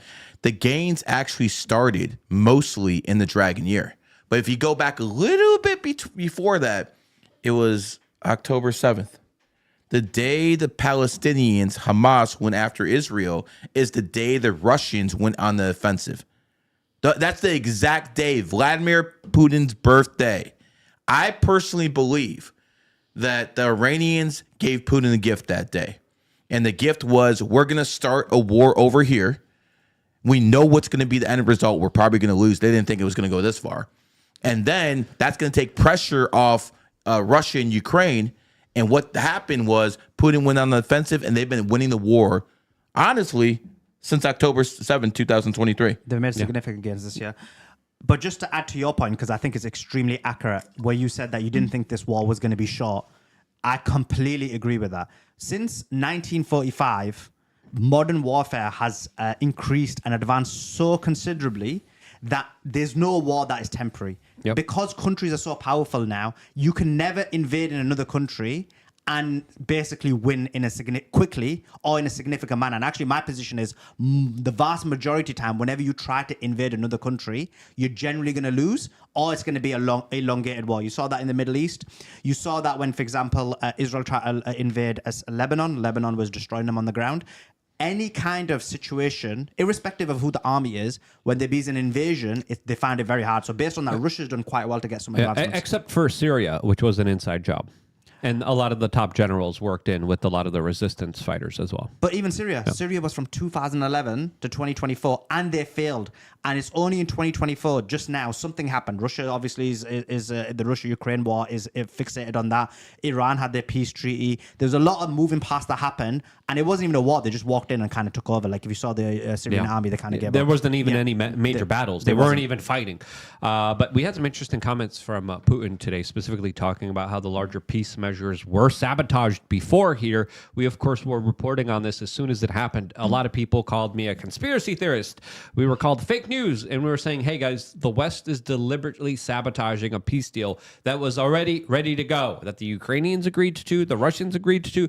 This war would have been over if it wasn't for Boris Johnson specifically going over to going over to Ukraine and saying, you know what, we're just going to tear this up, and we're going to prolong this human death cult and suffering that is leading to huge astronomical numbers of life loss that we can't even comprehend. I think he we're should going to be find arrested. out. He should be arrested 100%. and charged for crimes against humanity. Yeah, I think we're going to find out the staggering amount of these numbers soon, and it's going to be shocking. For He a was lot a of people to horrible develop. prime minister, by the way. He was. He was a horrible. But when was the last time you guys actually had a good prime minister?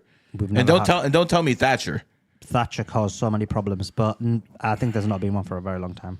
Yeah, Blair was. I don't see anyone coming in a long time either. Blair was the illegal war in Iraq, so He was not a good bloke.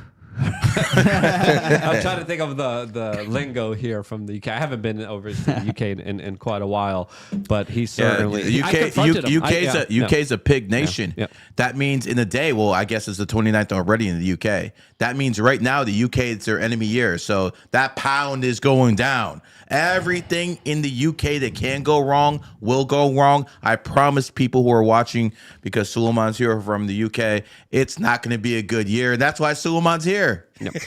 Should we go over more of these dates here? We have a $51 super chat from Mavalon 244 saying October 24th, 1990 male. October 24th, 1998, Lifepath. So again, when it comes down to 8 life paths, they're here for basically financial gain, and they have to balance the material and the spiritual, because the only thing that really can hold 8s back is their karma. They have to live a righteous life, because again, what goes around comes around. Since you're born on the 24th, home and family oriented, things of that nature, you might not do that well in relationships, and you're stubborn as hell. 2026 is your year, by the way. You know, a lot of you look at the comment section, because I'm looking at the comment section. Every time you do one of these, they go back in the comment section like, "Oh my god, I can't believe it." Yeah, I'm good. I'm good at this. Yeah, I'm good at this. It is what it is.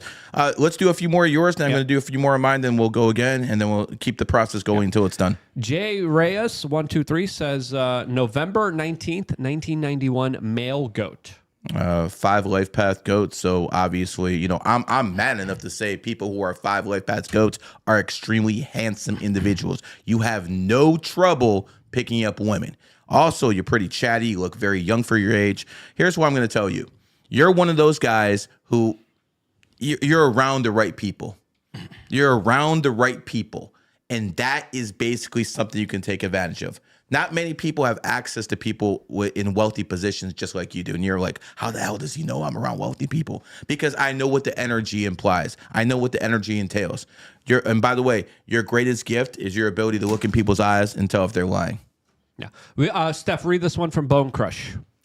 It's on screen. Yep. July 18th, 1973. I sent a super chat for $5 already. If you have If you've read me already, it's okay. But if you haven't, then great. Let me know what you got. 9 life paths, and basically 9s are intelligent. Intelligence begins with I. But 9s do have a problem sometimes simping.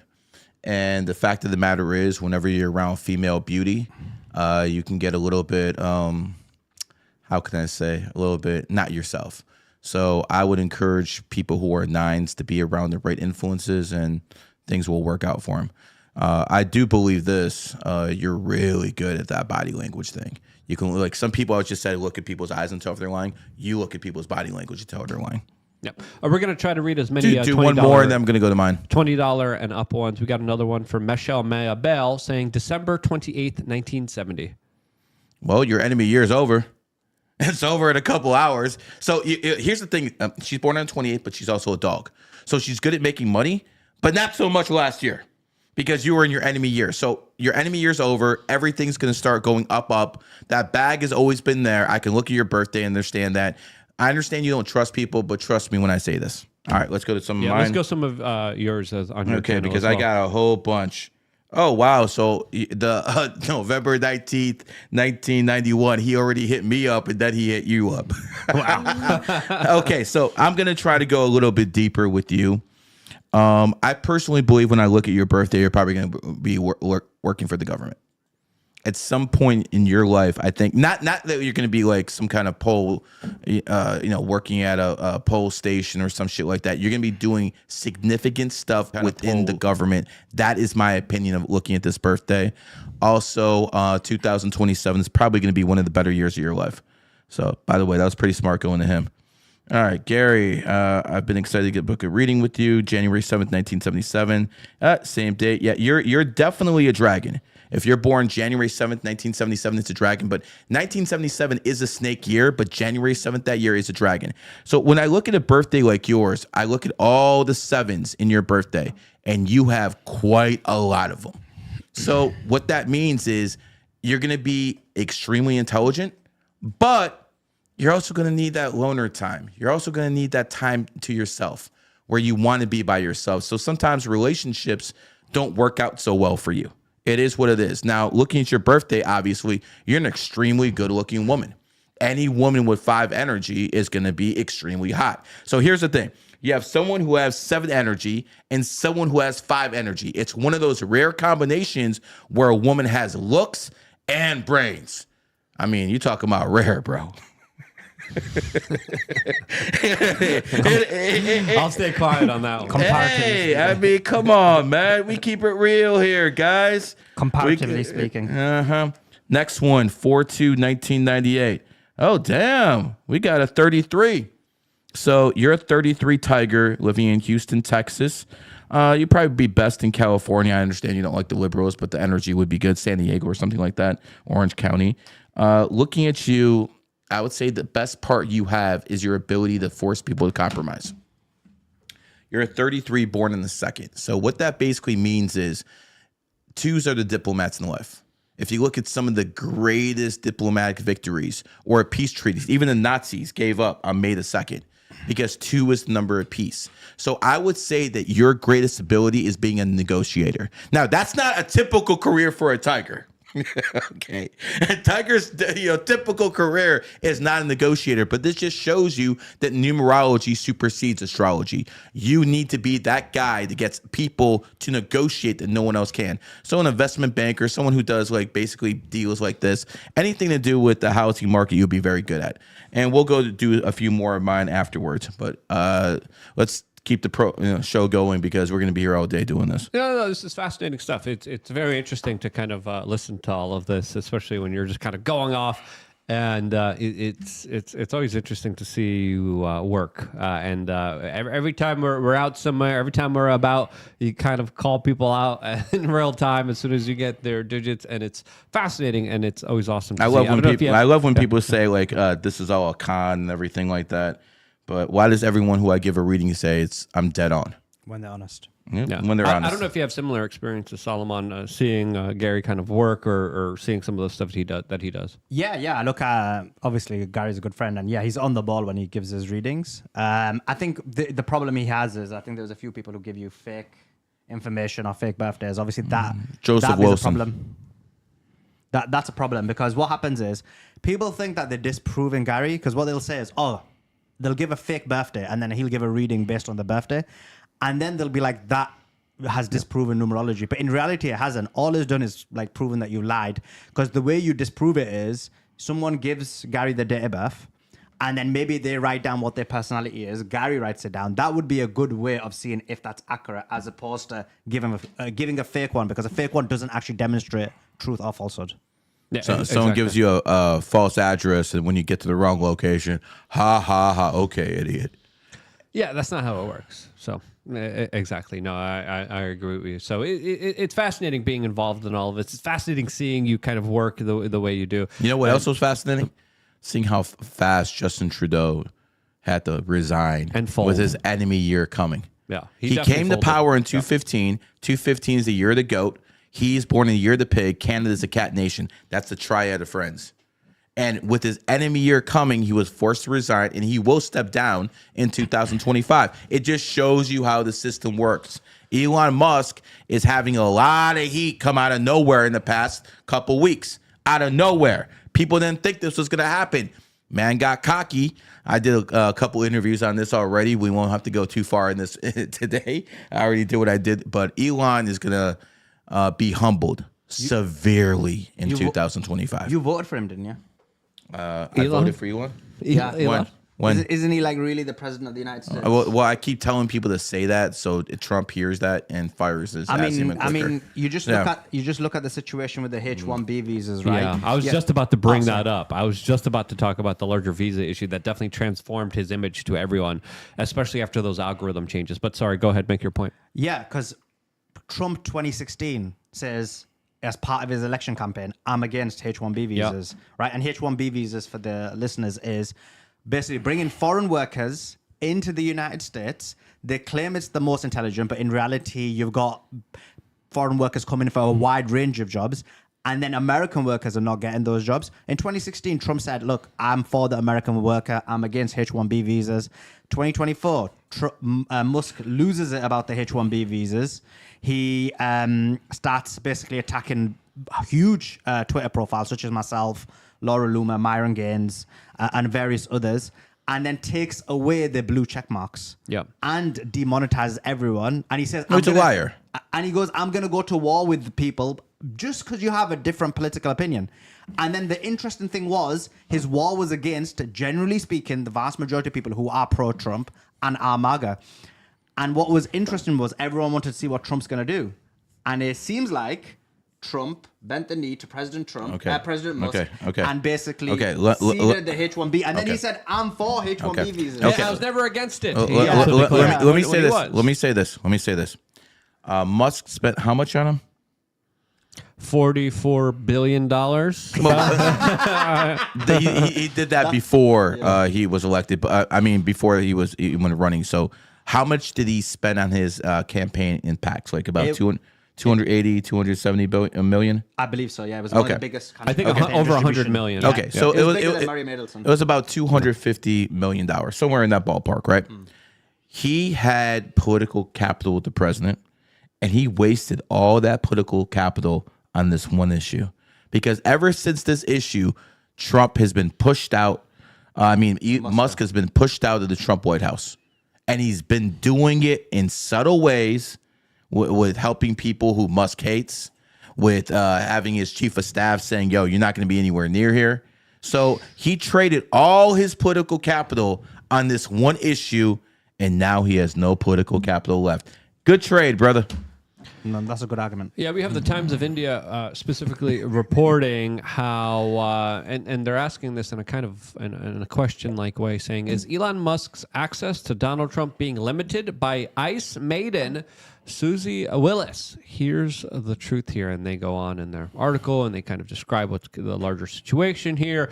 And then Elon Musk actually reported and responded to this specifically by laughing and dismissing a lot of these particular claims. So it is interesting to see this kind of interpersonal relationship, especially now with the onset of this Stargate project, which also has sparked a lot of kind of conspiracies, a lot of very interesting conversations, especially around artificial intelligence, as the NASDAQ got hit pretty hard here because of DeepSeek, according to a lot of analysts, something that the Chinese developed that is far more superior, powerful. NASDAQ was founded in the year of the pig.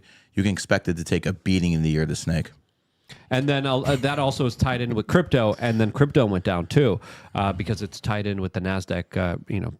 Pretty crypto seriously. Goes down for a few days or a few hours. It goes right back up. The real crypto correction is going to be 2026, year of the horse. And do you think it's going to go up or down? Oh, I think in 2026 we're going to see Bitcoin around 10,000 levels, if not below. Wow. So in terms of like DeepSeek, I know the Chinese came out with it and it's meant to be a ChatGPT competitor, but I have question marks about it. Yeah. I don't think the Chinese I have a huge question marks about the vast majority of Chinese technology, because a lot of times it's like stolen. Exactly. It's bootlegged. Yeah. There's like a bootlegged America copy, and therefore when they're trying to say this is like 10 times better or whatever it may be, 50 times smarter, and only done for 5.5 million allegedly. And the reason it affected the stock market was because the valuation of it is like 0.2% of the American version, the ChatGPT. But I have serious question marks. I doubt that's true. I doubt it's got the same standards as ChatGPT or any kind of American company. So, I doubt all of that. Plus, its political bias isn't going to be as vast because there's really no free speech in China. So how can you have? I mean, there's no free speech. You could criticize the Chinese president. Never. Yes. Or bring up, a lot of other things that the Chinese government doesn't want you bringing up specifically. Well, and, interestingly, someone typed in this Chinese version about the Uyghurs, and it was like literally didn't give you no response. Yeah. There was someone else trying to find that one famous photo of someone holding grocery bags in front of a tank, and that AI couldn't find it for some reason. So it's not really that intelligent in those aspects and realms. We have the same problem with ChatGPT. Yeah. You have the same problem with Grok. Yeah. You have the same problem. We have a worse problem because our problem is woke. Our problem has been developed by a lot of these blue-haired, armpit, flip-flop wearing yuppies in San Francisco that have literally created a system and software that argues for the extermination of all of humanity so someone doesn't get misgendered. That's literally what AI is arguing for. I mean, I think it's very much controlled by Israelis, and therefore you've got a scenario where it's very much not specific not honest about a lot of answers that people ask on those ChatGPT, whether it's ChatGPT or Grok. Yeah, it's going to be fascinating to see this kind of landscape because I think there's also a lot of hype. There's also a lot of lies, and there's so much when it comes to artificial intelligence that already is somewhat disrupting society. But I think the ways that we are kind of headed to, it's kind of perplexing because in one way it's extremely dangerous, but in another way it's extremely amazing and could provide some real logical kind of solutions and answers to our society that we've been kind of plagued with that can't be answered, that it could potentially help us answer. Especially when it comes to the medical industrial complex, especially when it comes to personal health and just being able to kind of decentralize things personally as well. I more lean into the Terminator Doomsday reality though. So. I'm the same. I have serious concerns about AI. I don't think AGI is possible, but in terms of like specifically, and that's more from like a philosophical perspective, but I don't think AGI is like possible. But when it comes to AI, I have serious concerns both in terms of like how it's been developed. You saw the reason why our conversation about ChatGPT, DeepSeek, and Grok is really important is because if they're able to program these in a manner that is extremely biased, I think we all can see it, confirm that it's biased, although we have different reasons for why we believe it's biased. And if that's the case, then just think what would happen with AI. You have things that are basically devolving human empathy, human emotion, human interaction, human logic away from things, giving it to the programmers, and the programmers are generally speaking the same type of people, and therefore you've got a scenario where it's going to be voters.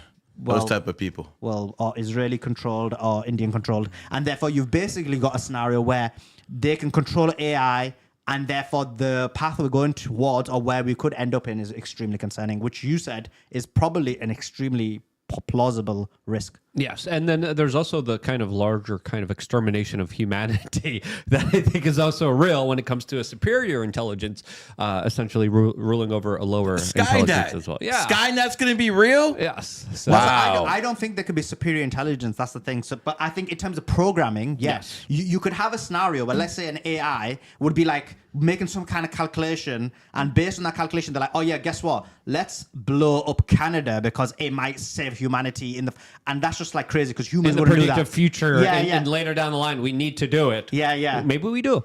So if you could take out Hitler before he is born, you wouldn't do it? No, I wouldn't do it. No? Okay. I think there would be somebody. I think once you start And the messing with that, reason someone is- else would kind wait of a pop sec, up. Let me explain now because that might get snipped out and I might get banned on Twitter. Because and the reason for it is because with Hitler being what happened in Nazi Germany was the most horrific, one of the most horrific, horrendous crimes that happened, right?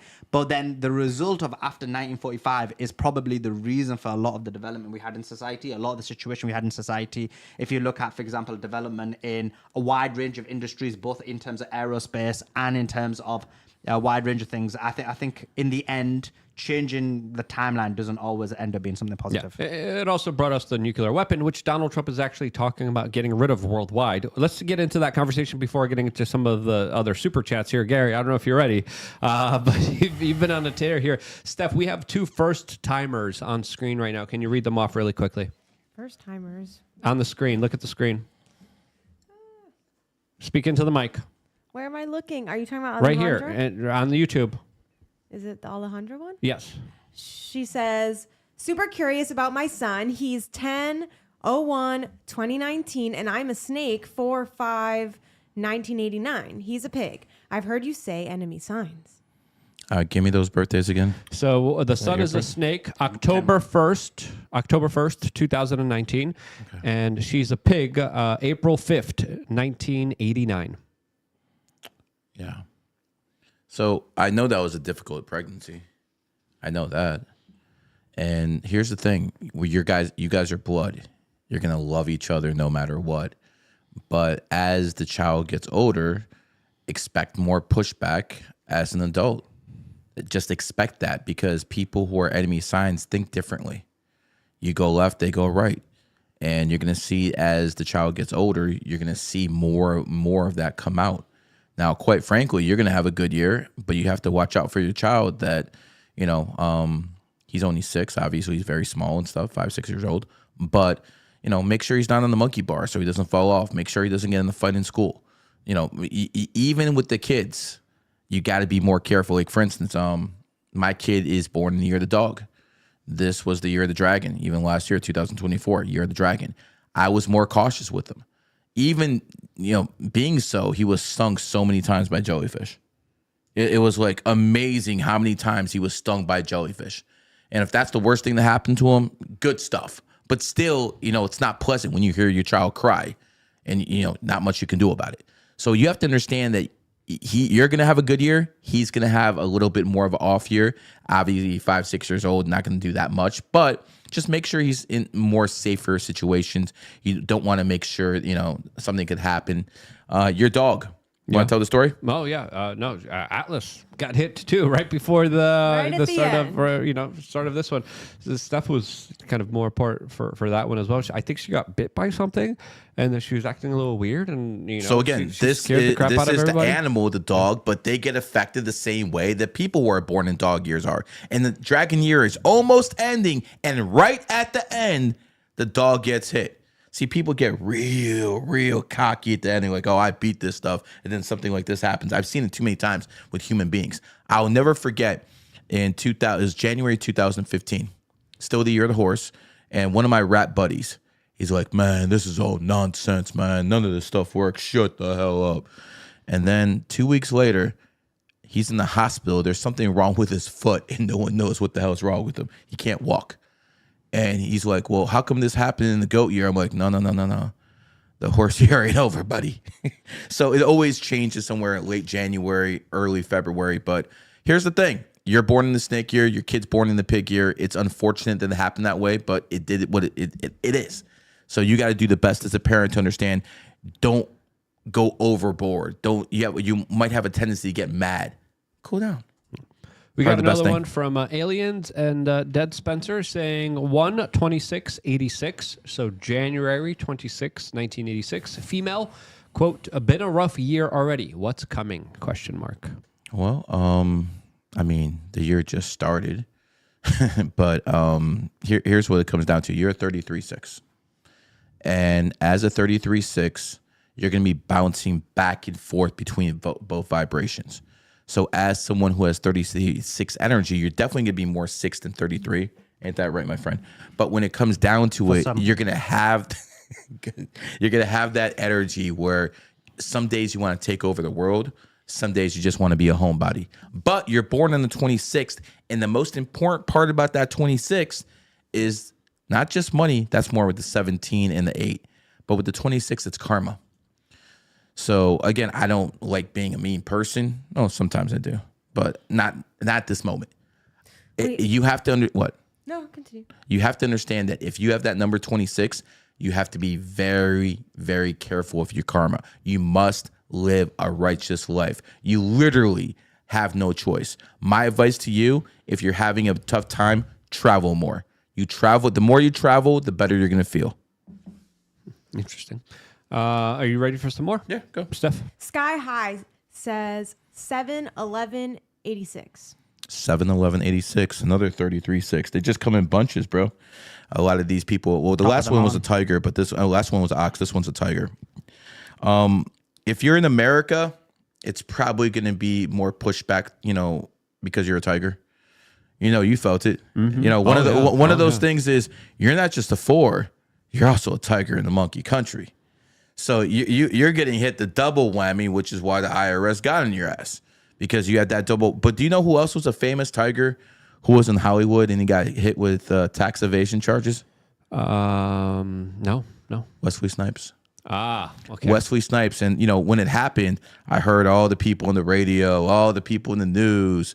Yo, man, they're trying to run up a black man. This is racism. No, it might be some sort of ism, but it's not racism. It is called people born in tiger years are going to have difficult times in a monkey nation. But by the way, he's still very successful because he worked hard.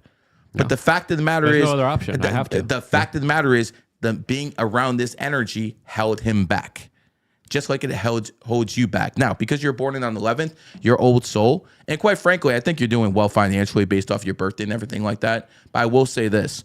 You have a lot of charisma. You look very young for your age. Take advantage of your abilities. Do one more. Absolutely. Steph? All right, we got Bobby Lane. Here you go, Luke. But 10/25/89. Let's go. 10/25/1989. So here we have a nice combination of someone who's an 8 life path about that bag, but someone who's also born on the 25th and a snake. So you have one of those good birthdays when it comes down to intelligence and making money. A lot of people are just very intelligent, but they can't make money. A lot of people who are intelligent, a lot of people who are rich aren't that smart. You've actually seen that, haven't you? A lot of people who are actually rich, they're not that smart. You will use your significant IQ level to figure out how to make money. You are a hustler when it comes down to an intellectual hustler. You will figure out the best process to make money. A day trader, something like that would be great for you. You're also a no-nonsense guy. You can look at people's eyes and tell if they're lying. I expect you to have a very good year, especially after your birthday hits. You're going to have like a 3-month cycle where you can go hard. Until then, understand this. You're in a 7-year cycle. Learn as much as possible in 2025. After your birthday hits, 3-month window until the horse hits, go hard and make as much money as possible. For me, it's just go hard all the time. No. You have to understand that sometimes, no matter what you do, you're not going to make it. Why even try? Why waste your time? Why get the added stress? Rest your neck. There are some days where, like, if it was a 7-day or something like that, I'm not chasing money. I'm laying down reading a book. Because if I make money that day, it's going to be a small amount. It's going to be insignificant. 8 days, chase money. 28 days, chase money. 7 days, chase knowledge. 5 days, chase girls. You know, you got to know when to do it. Interesting. Have you implemented any of this in your life, Solomon? Yeah, of course. Like, I believe in it. That's why I made sure I wasn't in the UK when the shift happened, as an example. Yeah. So you're leaving the UK? No, because like, if you believe in this, that basically once the by the way, correct me if I'm wrong. This is my assumption. Mm-hmm. So that basically when the shift happens from the what was it again? The dragon year to the snake year. Yep. Obviously, UK is a big country. You don't want to be in the UK when that kind of change happens, because I think it will have some kind of negative impact. For that transition. Yeah. If you're in the states of Ohio, states of West Virginia, you know anyone there? Yes, I do. You know, people who are born in pig states need to get the hell out. Like for instance, I'll give you an example. Just for the transition, or just for this entire the whole damn year, in all honesty, but the transition is just as important. So here's the thing. It imprints, right? It imprints. Yeah. So I'll give you an example. Do you remember Minnesota was burning in 2020? Yes. Minnesota was founded in a horse year. Just like Kobe Bryant was born in a horse year. And Kobe died in a rat year, 2020. In Minnesota, the horse state burned in 2020. Same reason I was able to predict it would be a tough year for California. Those are the worst fires in California history. Like, most people would say, yo, Gary, they happen all year. These were the worst fires in California history when it comes to property loss. They lost a lot of property, no matter what your conspiracy theories are. And the state was in its enemy year. So if you're in Turkey, if you're in India, if you're in Pakistan, and by the way, I'm not being anti-Islamic. Tell them this is how this stuff works, man. People in those countries, because you'll be surrounded by that energy and using the country's currency, it's going to have issues. The rupee, short the hell out of the rupee. So like, I got a smile on you there, huh? I just want to, well, it's Indian rupee and Pakistani rupee, but I just want to like, so for me, the reason why I like do believe that numerology has a significant basis isn't just based on like some kind of like voodoo thing. Like, because I think it marries up with my positions both from a theological perspective and a philosophical perspective. If you look at this world, this is my position anyway, this is my view. I see this like world as being the mentation of the mind. And what I mean by this, I don't believe that the world is real. I believe it's all like an illusion, a mentation of the mind. A hologram? That's another way of putting it. And the reason is because like having read a lot of philosophy books and done a lot of writings, I think there's a problem when it comes down to explaining the mind-body problem, the soul being connected to the body.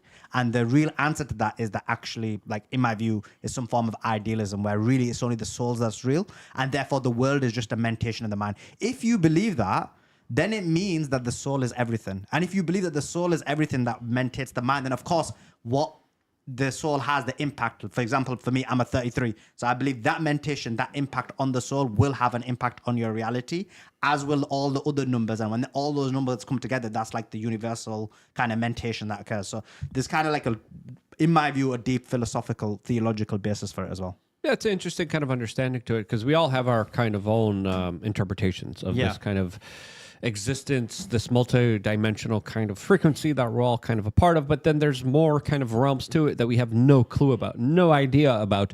And, you know, some less than others. Yeah. And a lot of people are, you know, especially a lot of people in the kind of scientific community, they're so kind of focused that they never take a step back and kind of examine or even think or even speculate or even theorize about the multiple dimensions, the multiple energies, the multiple kind of pathways that we could all be intertwined and involved in, that we have no clue, an idea about. You know, there is some kind of code. There is something else going on here. There is a matrix going on here. And it's just fascinating to kind of understand because there's so many different interpretations from this historically, biblically, religiously as well. And a lot of it kind of acquiesces to knowing deep down inside of your own kind of your heart here. Let me do a super chat real quick. Yep. 11/26/2001 male. How do I navigate my 9-year and wife 5/23/2001? Well, you did really well with the wife. She's definitely a looker. But here's what it comes down to: in a 9-year, it's not about starting new things. It's about ending things.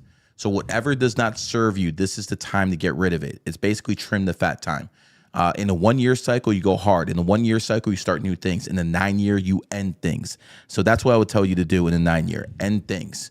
Obviously, you know, as a snake, you still want to imprint energy, still want to work hard. But this is not the year, even though it's a snake year, for you to go hard until your birthday hits. Then you're going to have that 2-month window when you can go hard. So I would say on 11/28/2025, start a LLC. And again, just for the people watching, we're live on Gary's channel, GG33 Academy on YouTube. We're live on my channel if you're watching from all these other platforms, because we're also live on Facebook. He's got the big channel. Yeah, we're live on Twitter. We're live on I think we're live on Twitter. Yep. Yeah. Can I do that to somebody? I won't say a name though. Yeah, we're live with a lot of places, but the main place we're going to be going to for the conversation is for the super chats on Gary's channel and on my channel on YouTube, because we're able to see them, we're able to read them, and then of course we also have our membership program, LukeUnfiltered.com, that people get to call into. If anyone wants to call in and be a part of the conversation, they can just by signing up to LukeUnfiltered.com, and then they get the members area, and then they get members videos, and then we get to hang out, and we do hikes, and we do range days. We do a lot of really cool stuff for our memberships that we have 12 plus years of content for. 12 years. 12 years. Yeah. I've been doing this for about 21 years now. So you're a vet. Huh? You a vet. Yeah. I'm labored. You got a lot of mileage on you, bro. A lot. I think I've made thousands and thousands of videos. I've given out like tens of millions of flyers easily. He's a ran through talk show host. Yeah, I don't know if that doesn't sound too good there, Gary. All right. We like to be virgins here. All right, we like to be a tiger being a what? What? Hey, no.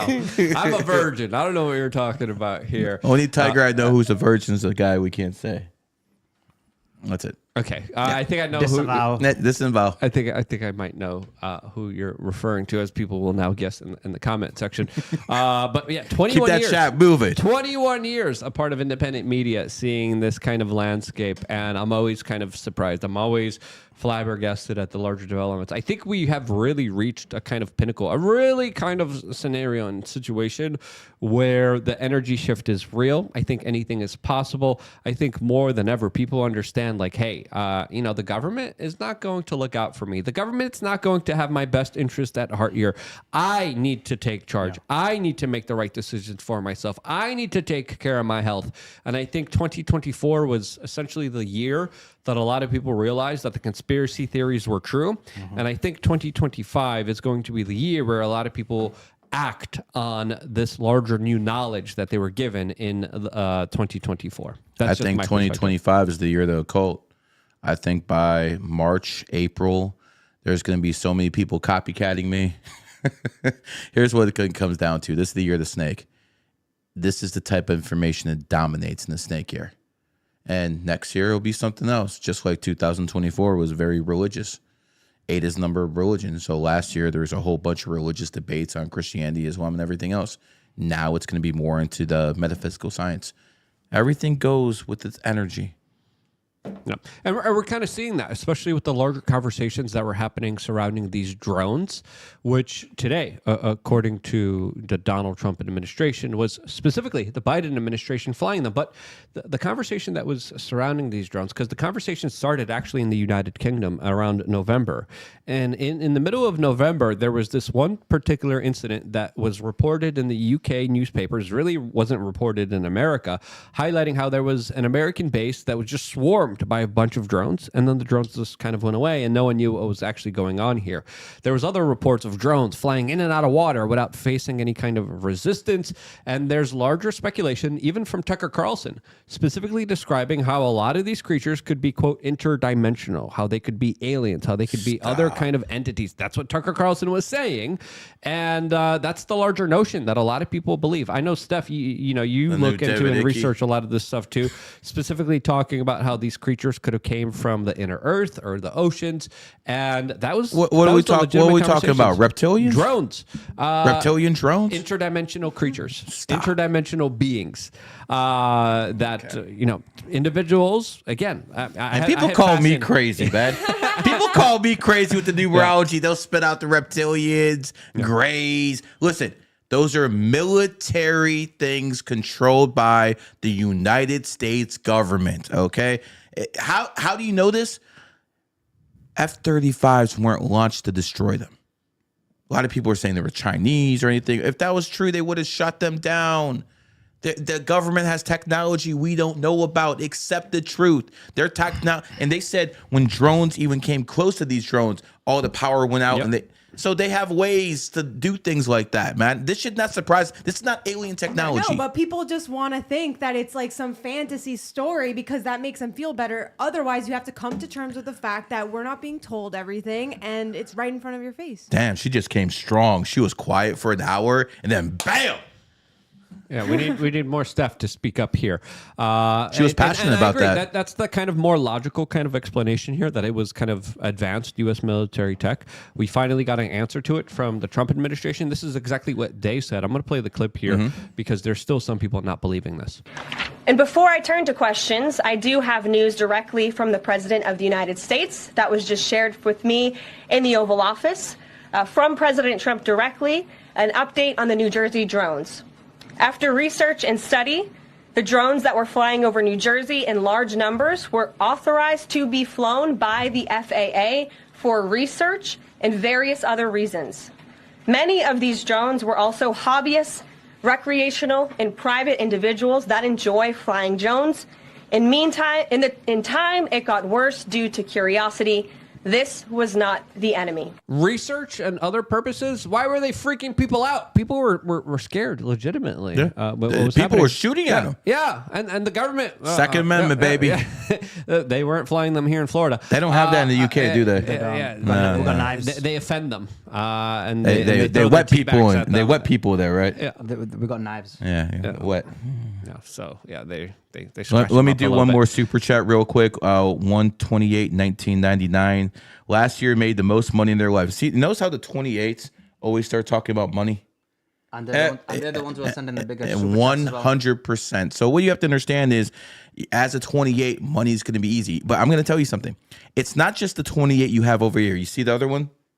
See the other 28? 1999 is the 28. So I'm going to release something right now. The people who are born on the 28th in 1999, you kind of got 28. Of course, money's going to come easy to you, dog. It's supposed to.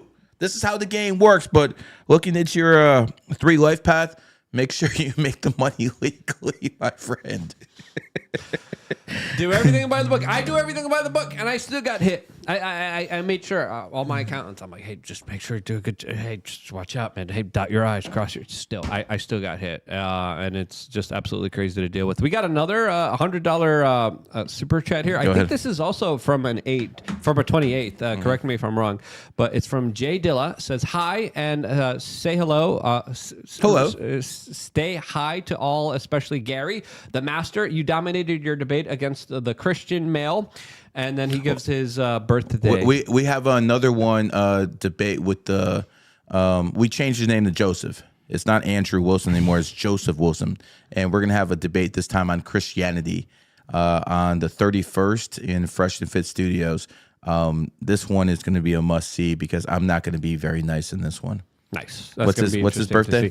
His birthday is September 17th, 1989, and his partner. Okay, let me do one at a time. September 17th, 1989. So we have a double A Lifepath. So again, what are we talking about? What did he just mention? The people who have the 28 energy, the people who have the 8 energy are sending the most on the super chats because they can actually afford it. This is what it is. People who are 8s are either very, very poor or very rich, and sometimes it goes like this. Usually almost never middle class. But here's the thing, brother. You're in the 7-year cycle right now. So even though you're good at making money, I'd probably slow your roll in the 7-year, don't you think? Yeah. Slow your roll in the 7-year, and after your birthday hits this year, then you have that 365-day cycle to go hard. Not now. Right now, it's learning, which is what you're doing right now. But slow down until then. By the way, you have a really critical nature. Small things really piss you off. Let it go. Let it go. Believe me, I understand what it's like to be vindictive, man. I'm a vindictive son of a bitch. But let the small things go. Just go after the big fish, like I do Elon. Things like that, man. Let the little things go. Sometimes go after small fish as well, though. I don't go after small fish that much. I just, if someone steals from me, then, you're taking food out of my kid's mouth, and then I'm going to holler at you. But, it is what it is. But here's the thing. I live in a different world. People attack me for clout. They attack me. No one They do the else, same for me. no one else in, like say, you, me, no one else in my space has any name recognition unless they're GG33. So they want to attack me to get attached to me somehow to be at least my rival. That's why they always want to debate me. I'm not going to debate any of you guys because it's going to be like Hollywood Hulk Hogan beating up some nobody. Even if I whoop your ass, which I will, you're going to get a name for yourself. Ain't happening, pimp. Ain't happening. Yep. And then, did we read the partner one yet or no? Go ahead, partner. The partner is 05/07/1996. So May 7th, 1996. Okay, so we have an ox and the snake. That's a really good relationship where we said something about the people born in the 7th being extremely intelligent. That's the superpower about people born in the 7th, 16th, 25th. They have high IQ levels, but they need some time to themselves. So I would tell the person who's the husband, make sure the person born on the 7th has some time to themselves. And it's not like, it's something wrong with them.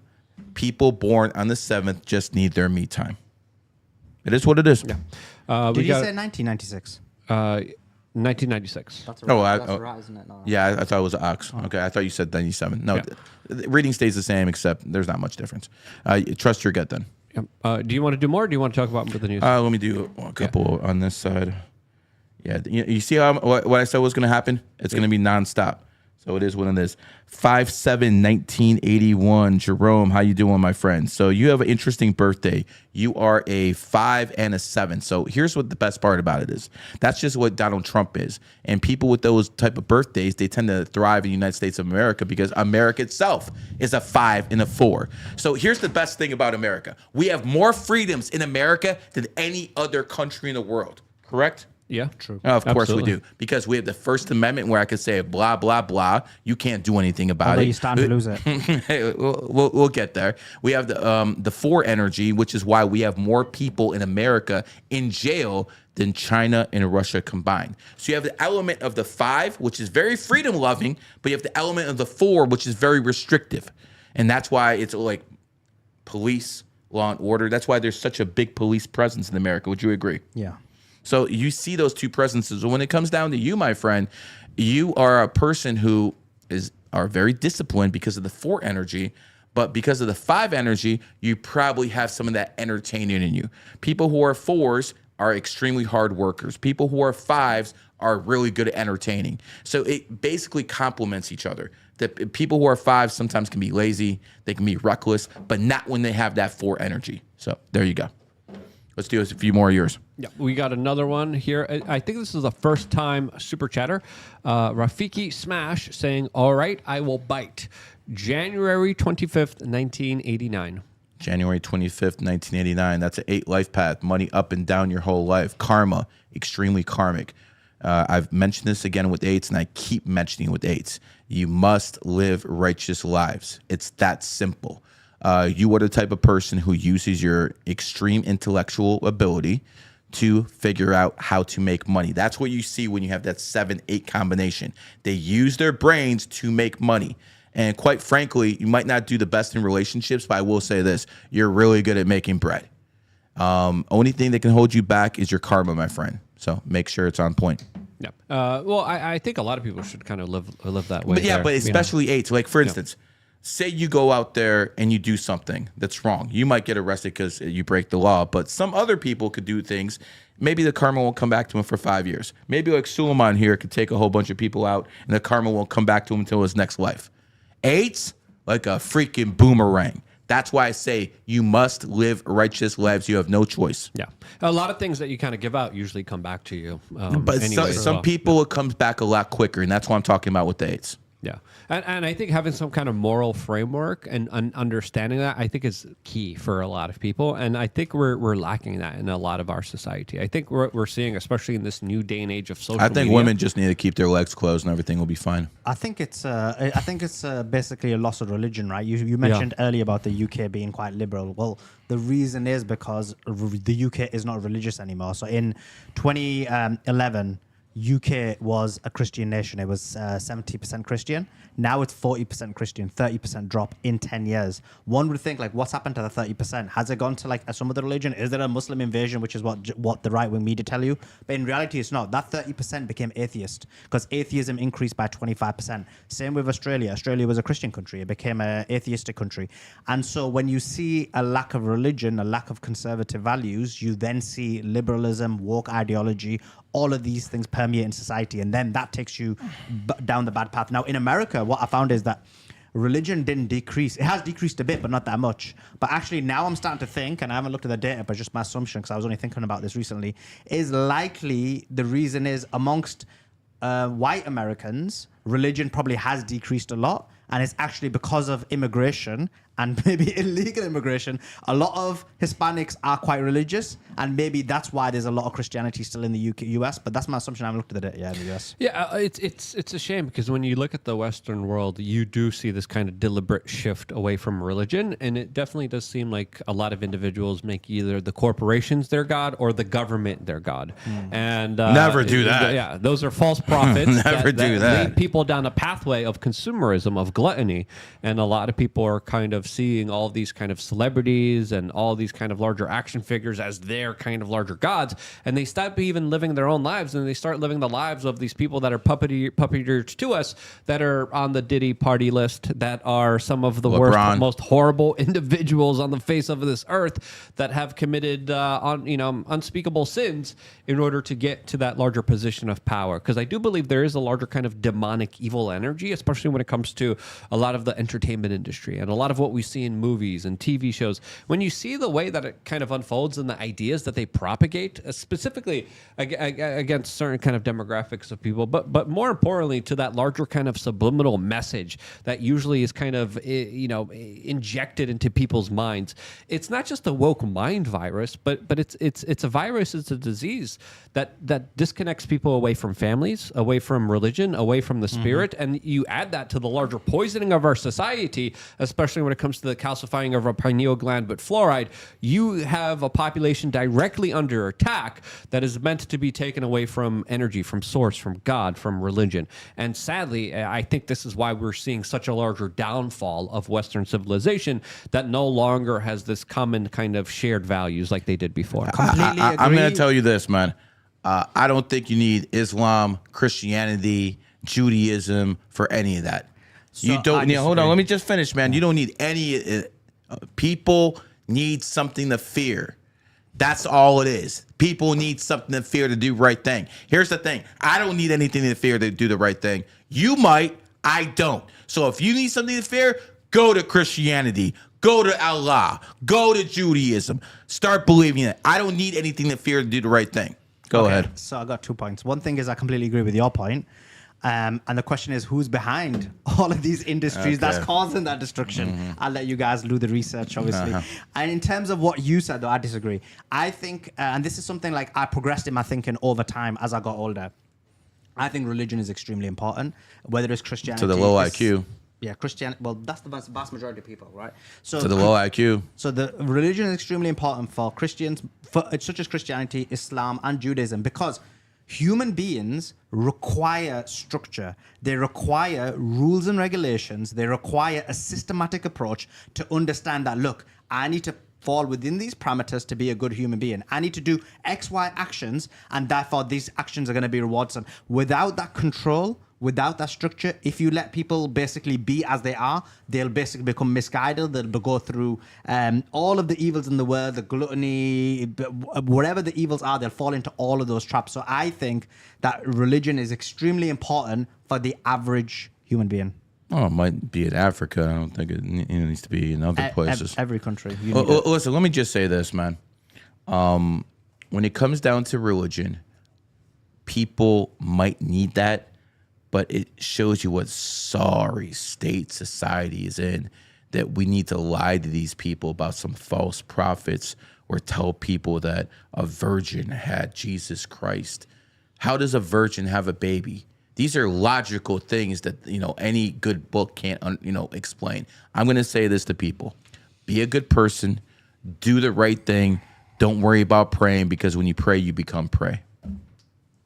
I know Solomon might have something to say about that specifically. I obviously disagree with your point about religion. Like I said, I do think it's extremely important. And in terms of praying, look, when someone prays, it depends what the reasoning is. If your prayer is solely based on worship, that's a different conversation. But if you look at the religions, irrespective of what the religion is, actually all religions, the aim of the game is to have that connection with God, to basically become almost linked in a spiritual manner. So it's not like your prayer, but it's having that kind of a connection. Yeah, I think it also matters as far as community building, because when a lot of people have that kind of religion, they know people in their community, and they're able to become stronger and less easily conquered. And I think taking that away from them makes them more easily to be kind of dominated by these outside forces that kind of prey on them being alone and by themselves. And I think overall, when you look at kind of our modern society and social media, it wants to isolate us. It wants us to feel alone. It wants women and males not to have good, cohesive, loving relationships with each other. You look at the adult industry online and the larger kind of perversion around that, and the larger impacts of that. It creates not just, I mean, there's a larger conversation to have around that, but it doesn't just create immorality, immoral behavior, but not just degenerate behavior, but it also stops the larger kind of progression of any kind of man and woman coming together and having a family. And the evidence of what you're saying is what I said earlier, right? You look at these countries that I've mentioned, when religion went down, woke ideology came up. And why woke ideology is a problem is you're seeing, for example, as you said, the family structure being destroyed, population collapse. All of these things are happening when woke ideology comes to the fore and religion collapses. Absolutely. When it comes down to religion, when you have a whole bunch of degenerate trash in society like you do today, yeah, it's helpful in cleaning it up. But see, once everyone is actually religious, like in the 1950s, 1940s, there's a glass ceiling on how far society can go. No one's going to be talking about pineal glands. No one's going to be talking about chakras. As a matter of fact, these good Christians and good Muslims would have burned someone to me at the stake in the 1800s if I was talking this. I'm a demon, I'm a devil, I'm a jinn. So let's not say it was all hunky-dory and when all these religious imams and all these religious priests were in charge. By the way, you might want to look at some pedophile records of the people in charge too. I'm telling you right now, if you're going to rely on religion, you'll never get society to where you want it to go. You'll never get it. Yeah, the Catholic Church didn't do themselves any favors with the amount of children that were hurt and abused under their reign of kind of control as well. So I think I've got a comment on that. I disagree with that because This is my opinion. I mean, I haven't seen the data to back it up, and I think there is no data. Because I think when people have highlighted like Catholic priests, I think it's a way to demonize Catholicism. Because where's the evidence that this is happening disproportionately in Catholic churches compared to, like, for example, rabbis in synagogues or imams in mosques? I doubt that there is some kind of data that proves that, and I just think that this was actually a targeted attack against Catholicism, personally. Well, in a lot of religions, you do see a lot of religious kind of sects do a lot of ritualistic abuse against children, especially in Afghanistan, especially when it comes to also the Middle East. And there's also a lot of that too. But also, as you mentioned, in Judaism as well, specifically with that one practice that we shouldn't talk about, that also is pretty disturbing as well. But, you know, a lot of the woke religious people as well, like, holy frickin' cow. I mean, we had a bishop that was literally lecturing Donald Trump about the larger virtues of pro-immigration. Oh, what's this bitch's birthday? I could look it up. Yeah, here. look up this this wacko's birthday. I'm gonna look it up right now as we talk about some of the people that have absolutely. Didn't do us any kind of larger favors when it comes to taking religion and abusing it. I just doubt that this, when there's a Catholic priest doing this, I doubt it's true, because I know, the grooming gangs in the UK, that was fake news. And therefore, when you take that into consideration, in terms of it being disproportionately happening, I think that this is like a targeted attack by those who are in power. And we know against Catholics, you're mentioning. No. So I'm saying it's fake news about Catholics, and it's fake news about the UK grooming gangs, in terms of both of them being disproportionate. And I think this is intentionally done by those in power. Her birthday's not given. It says that she was born in 1959. Oh, you're the pig. She's about to have fun. Other than that, it's not given. It's not giving her like a pig would do this type date. of stuff, right? A pig would put a foot in his mouth right before a snake year hits. Let me do a super chat real quick. 719, 2005, male generally. What's my weaknesses and a good place to live? Well, a good place for a rooster to live would be Texas, Missouri, or Florida. Those are all snake states. Roosters and snakes are best friends. Your probably weakness is I probably wouldn't drink alcohol, number one, if I were you. And when I look at a birthday like you, you're good at starting things and you work on finishing them. I would also say that one of your weaknesses is, how can I put this? You learn things the hard way because you're a stubborn ass dude. The best thing I could say about you this year is you're a rooster, go hard in the snake year, but don't do it until after your birthday, because you're in one of those situations where you're in the 7-year cycle until your birthday hits. After your birthday, go hard. Until then, learn as much as possible. It is what it is. You have to understand that everything, when it comes down to numerology, isn't that simple. You have to do numerology and astrology together, or it's not going to work. There's another one here. That's a first timer from Mr. Kitty. That says November 26, 2001. November 26, 2001. That is a 4 life path. So 4 is a good number for snakes. Snakes are very, very smart. Their superpower is wisdom. They just know things. They're the best at the occult. But snakes can be lazy. Could you imagine? Snakes can be lazy at times. So when they're a 4, it kind of, lights a fire on their ass. So that's a really good number for a snake. So I would say, unlike the other individuals I said, go hard as soon as tomorrow hits. That's one of the things about 4 is people say 4 is the number of wealth. It's not the number of wealth. 4 is the number of hard work, but those people outwork so many other people because that's how they make it. So I would say go hard in the snake year, my friend. Yep. Steph, any other ones over $20? We have a new subscriber that did a $20. Luna Doska. New subscriber, shout out Gary. Man is a G. Trump is setting the new standard for a president. 0317 1989. 03. So we have an 11 life path. 11 life path is an old soul, which means you've been reincarnated quite a few times to reach that. Control your emotions. Don't let them control you. Other than that, snake years come and go hard. And notice a lot of these snakes are coming in here. A lot of these snakes are doing it. You can feel the energy. The shift is on. I understand you dragons were on top. Now it's our turn. And when it comes to the snake energy, it's intellectualism. It's occult knowledge. And whether some people want to admit it or not, it's family. Snakes are very home and family oriented people. I find it funny. All these streamers always say when someone, does something wrong to them, they snaked them. I've had every sign betray me but snake. Snakes are extremely loyal, but if you cross them, they get a bit vindictive at times, you know. They bite you. By the way, the CIA is founded in 1947, year of the pig. They took out John F. Kennedy, born year of the snake. But now, since we're in the they were part of it, brother. Yeah. No matter what you say, they were definitely part of it. So enough. Yeah. So when somebody it comes down, you know, somebody else. Someone else was involved, and the biggest clue was John F. Kennedy was shot from the 6th floor. That is the biggest clue, and if you understand what that means, then you're smarter than most people. But I'm gonna say this. The CIA is in a lot of trouble this year because Donald J. Trump is president, and he's going to come.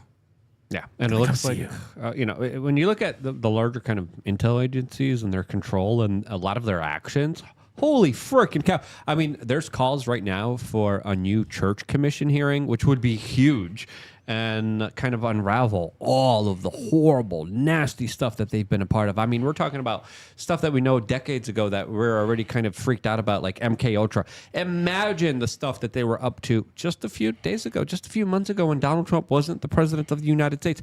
There was people taking shots at Donald J. Trump trying to take his life. And it wouldn't surprise me if, of course, a lot of the intel agencies were responsible for that, as they definitely have a lot of dirty secrets that they do not want exposed. I need to do a super chat. Yo, Suleiman, look again. A 28 Lifepath talking about money. 5'10", 1993, advice on relationships and making money. You're a 28, you should be able to print money. Anything you do, open a business on the 28th day. Sell products for $28. Buy something cheap and resell it. 28s can do anything when it comes to making money. That is what they're good at. What they're not so good at is relationships. And that's what you're asking me about. That person could be a 1 as well, though, isn't it? No. I mean, it's more 28. It's definitely more 28. You're born in the 1st. You also have, even though you're a female, you have male energy within you. You think like a man. Any woman born on the 1st, 10th, 19th, 28th is going to think like a man. You're a rooster, so you already have that cock energy. It is what it is, but you should be extremely attractive. And quite frankly, you don't look your age. So it is what it is. Let's do a few more here because this is getting a little bit overboard. Yeah, we have a lot of them. I know. I'm trying, guys. Did I not tell you this was going to be a problem? I'm shocked. We never get super chats. We never get super chats. 5/19, 1987. Hold me down, Gary. Well, I could do the best I can. I ain't kind of married, so it is what it is. But when it comes down to people, it is what it is. I mean, what do you want me to do, man? It says, hey, look, it says hold me down. Like, what do you want me to do, man? Anyways, cats love that type of humor. Yeah, I didn't get it. You are a psychologist. This is one of your gifts in life, being able to basically break people down from a psychological perspective. If you add numerology and astrology to it, it's going to be like psychology on steroids. I see you make money. I'm not worried about that with you. I see that you're going to be one of those type of people who looks very young throughout her whole life. It's not going to be an issue for you. What am I looking at over here? Travel in the 1st until your birthday. Travel after your birthday. Expect home and family responsibilities. So it is what it is. Got to do a few more, then we'll go to yours. I mean, it's not. It's wow. All right, 7/19/2005. Did I already do this one? You remember me doing 7/19? I don't think I did this one. No. Yeah, I already did. They asked what their weakness. Confused. I don't know how you keep up with all these numbers, Gary. Because I'm like, did we do that one? The other one. I'm like, which one did we do? Didn't we do? No, I did. Okay, math was not my strong I think point. I did these. I think I did these. Yeah. Okay, go ahead, sir. Let's do yours. Yeah, Steph. We got Stephen Bradshaw saying 7/24/1986. Single male. That's your birthday. 7/27. Oh, okay. He said 7/27. Yeah. Okay, he said 7/27. 7/24/1986. Okay. Well, I mean, listen. When it comes down to you, you're a born leader. When it comes down to you, you're going to be an alpha male. When it comes down to you, it's going to be home and family and issues and things of that nature. Quite frankly, expect a lot of hard work this year, especially after your birthday. Expect a lot of hard work. Until then, you're going to socialize more than usual. You can get bored more than usual. It is what it is. Who's next? Yep. We got 2026 is your year. We got the Moon guy saying, pretty spot on. I am an old soul. I like the simple life. So that was in response to one of the ones that you had read previously before. And everyone you read, I look in the chat room and everyone's like, yeah, that's spot on. Yep, that's me. Holy cow, he actually got me. This is how you know. This is how you know I'm the real genius. Because when everyone fucking said all this stuff was bullshit, I kept with it. I kept with it. And all the other people, if you listen to all the other numerologists, astrologers, they would probably make you not believe in this because it's all generalities, it's all this. And some people might say this about me, but if you actually learn how to do this, you see there's a cycle with this. I saw this guy in Vegas and he was like, I don't know, it was like 3-4 days. I was shocked. Like he was just hitting all the predictions, parlays.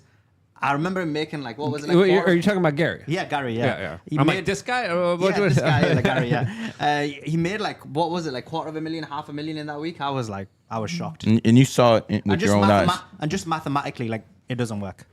Yeah, we need to go down there with my IRS bill.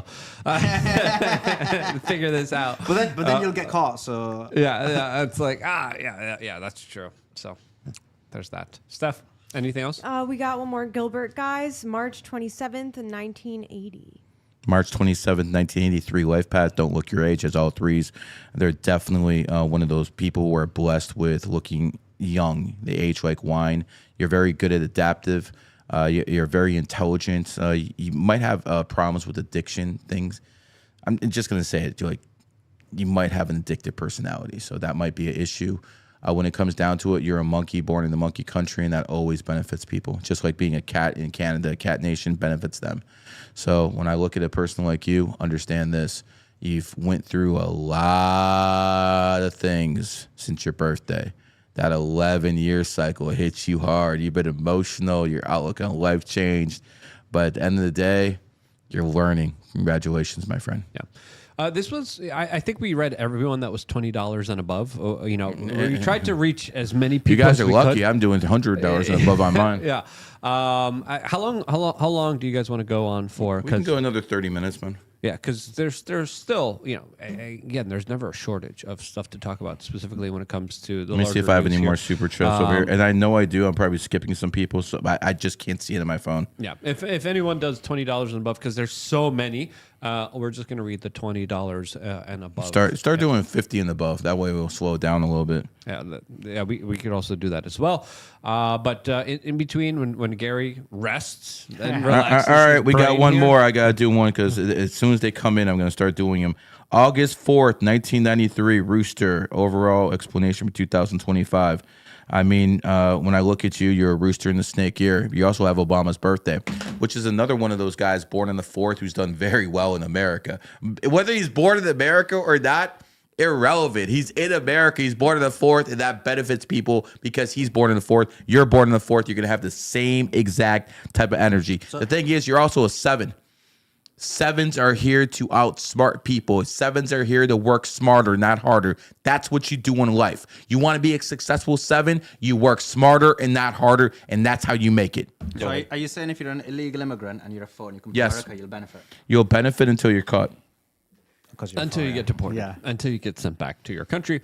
Hasta la vista. I've kind of convinced myself through all of this that I just got to love hard work. And you could convince yourself of, the human mind is fascinating, especially the way it works, because you're able to I hate saying mind control because that's such a nasty word out there, but you're able to program, hypnotize yourself to say, you know what, this hard work that I'm going to be putting in here, it's going to be so beneficial. It's going to be so good. And you convince yourself, especially with positive thinking and visualization, like I'm going to do this. It's going to feel great. I'm going to work my butt off and I'm going to have something to show for it. I'm going to be so proud of it.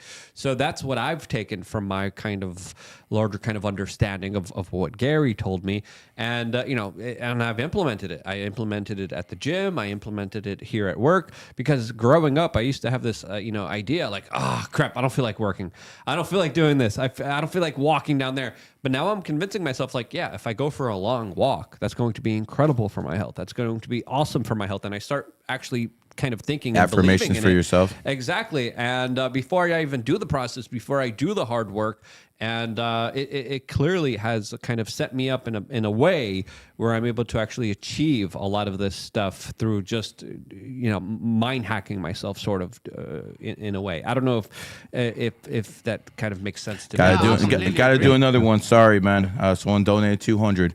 1984, 33 Lifepath rat. So here's the beautiful thing when you're a 33 Lifepath rat. Good thing I have him here.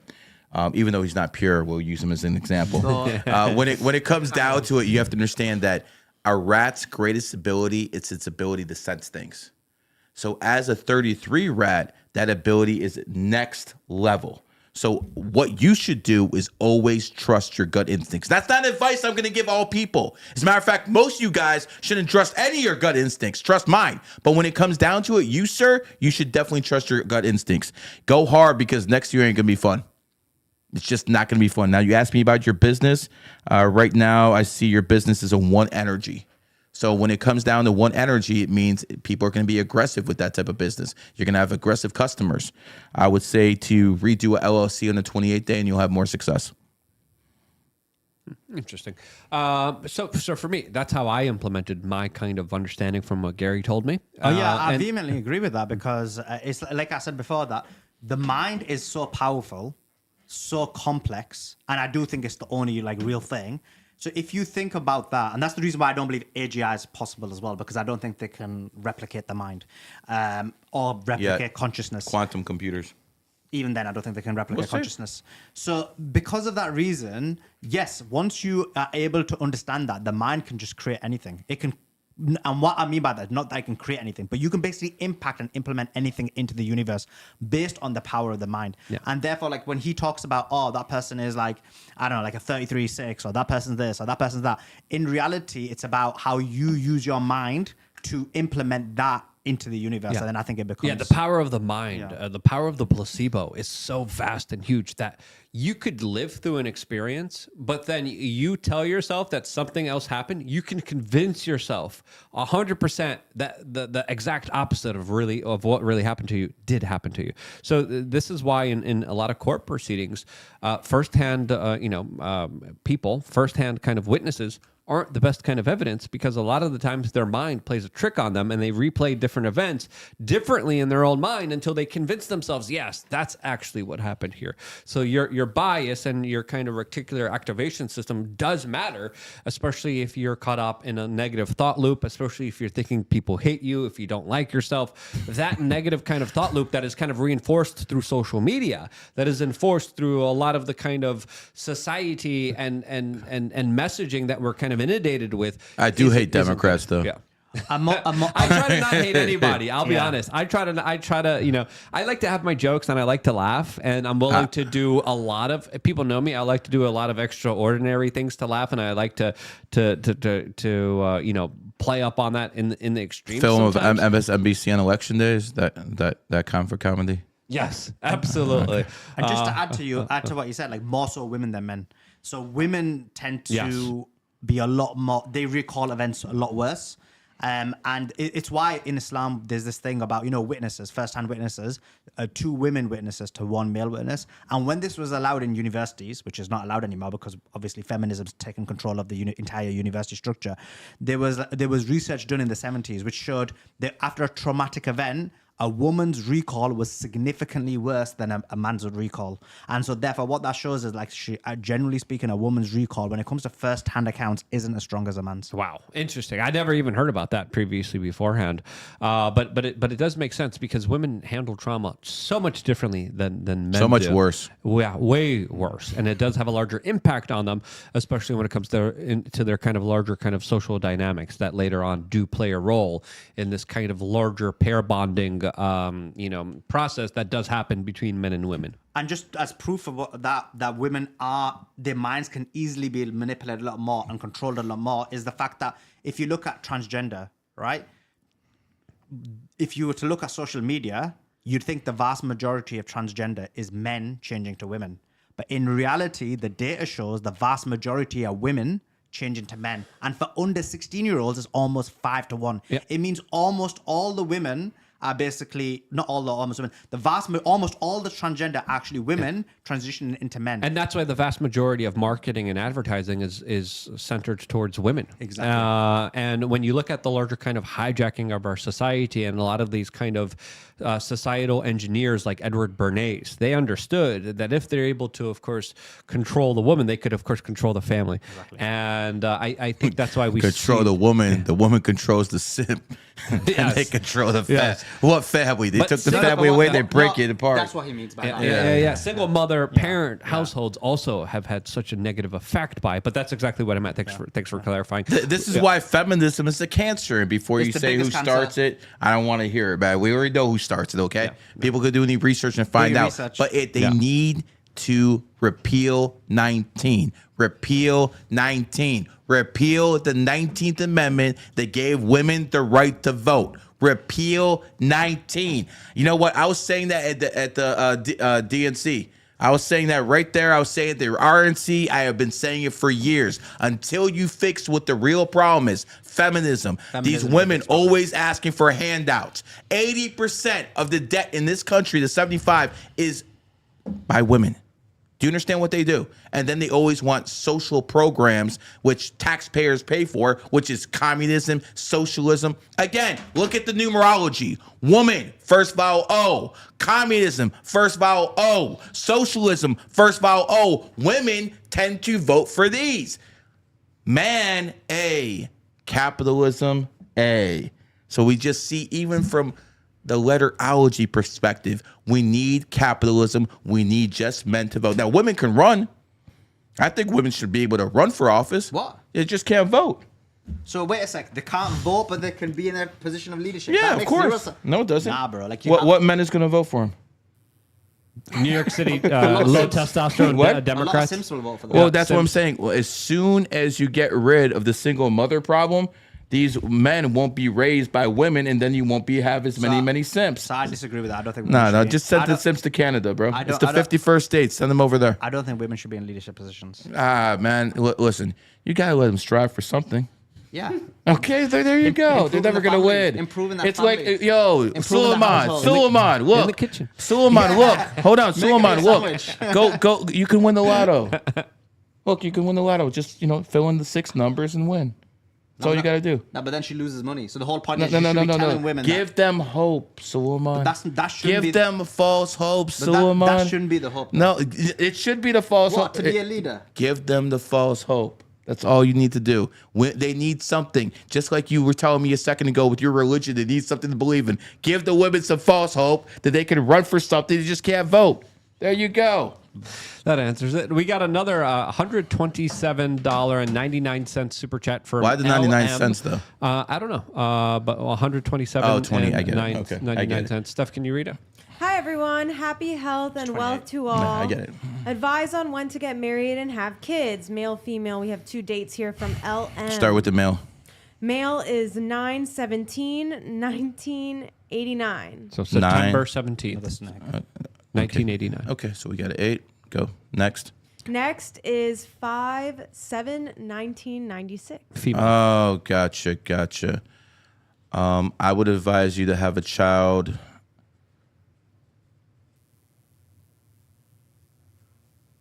October to December of this year. That would be my advice. If you want the exact date, if you want a child to be very good looking, have it on the 5th, 14th, 23rd, if that's your main objective. If you want someone who's going to be an old soul, someone born on the 11th, 29th. If you want someone who's going to be rich, 28th, 8th, 17th, 26th. That's when you have the C-section. Do what the royal family did. Do what I did. It works. You better get busy, as of course. I got one to do. January 25th, 1979, fell into debt. Okay, what's my advice? You're a 7 Lifepath. Well, you would have to tell me exactly how you fell into debt. That would also do. Relationship advice. I mean, listen, man, you're basically a double 7. What do you want me to tell you, man? The relationship isn't the strong point there, man. The strong point is knowledge and things like that. You should be somewhat influential in some ways. I would say the best way for you to get out of it would be the stock market. The stock market has enriched a lot of people, but not Wall Street. I would I would basically look to short the NASDAQ this year. If you do that, I think you'll be good. And then we have another $50 one, $52 one from Alexander Averson. No. You got to do 53. 5 and 3 is 8. 2 and 5 is 7. 7 is not the number of money. 8 is. Do it that way. Educating people. Steph, read it. Single male, 9/10/1981. 9/10/1981. So you have an 11 life path. Extremely emotional. Someone who still should be in good shape because you have 11 and 1 numbers. Someone who's a very opinionated. You love to argue, boss. And someone who's extremely blunt. See, that's the thing with these damn roosters, man. They have no tact. They'll get in someone's face. They'll be very aggressive. The thing is, you can't be always aggressive in life. Sometimes you need some tact. Even tigers get this sometimes, but the roosters have issues with this all the time. So again, as a rooster, back down. But the good thing is, Year the Snake is right upon us. Roosters rock. Awesome. One here by Mr. Kitty. Mr. Kitty says, appreciate your reading, Gary. Only thing I'm confused on is the fact that the Q app says I'm 22LP. I've also been told I'm a 22-4. 11/26/2001. You're more a 4 than the 22, but some can make the argument that 22 is real as well. How can I use my 22 energy? If you want to activate your 22 energy more, be by water. Is it like the mentation of the mind as well? How are you going to teach someone that? I'm just going to give people the tactics. Like if you go by water, it'll help it. But, that's probably the best way to lead them in the right direction, whether say do this, and some people are never going to get there. So the best way to activate your 22 energy, which you have within you, I would consider you more a 4 than a 22.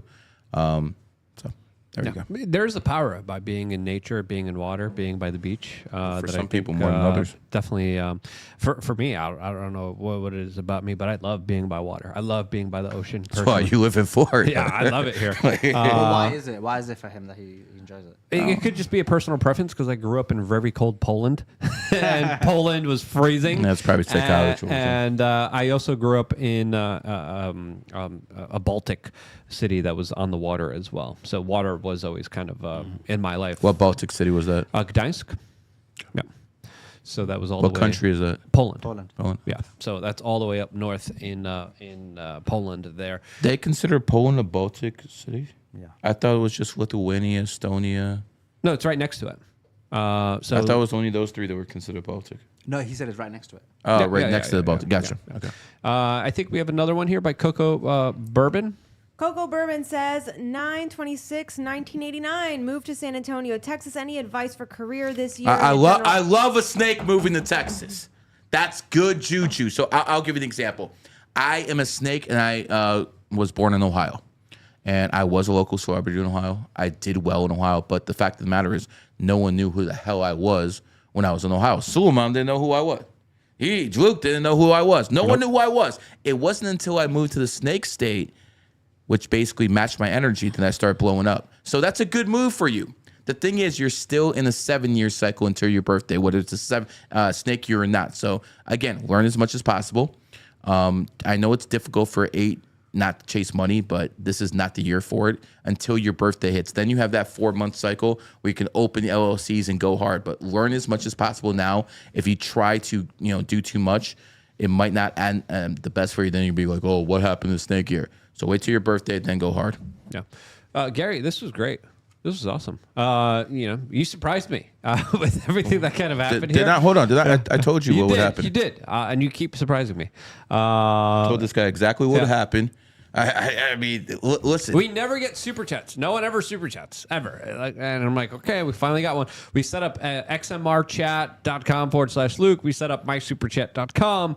And we never have gotten this many super. I think this is the most super chatted show we have ever had. Okay, so this is what we're going to do now. Let's go through Trump's cabinet.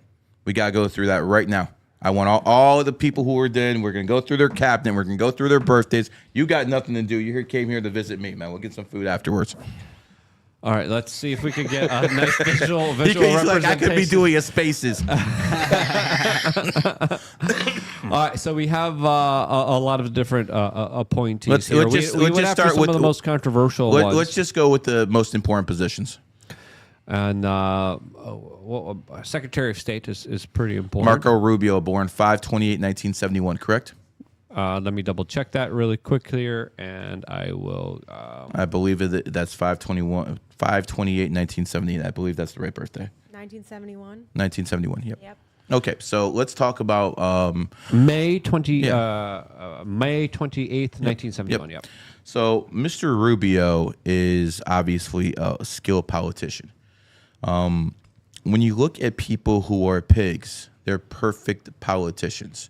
That is the perfect archetype for a politician. The Republicans' hero, Ronald Reagan, was a pig. People who are pigs are very funny. People who are pigs are very flaky.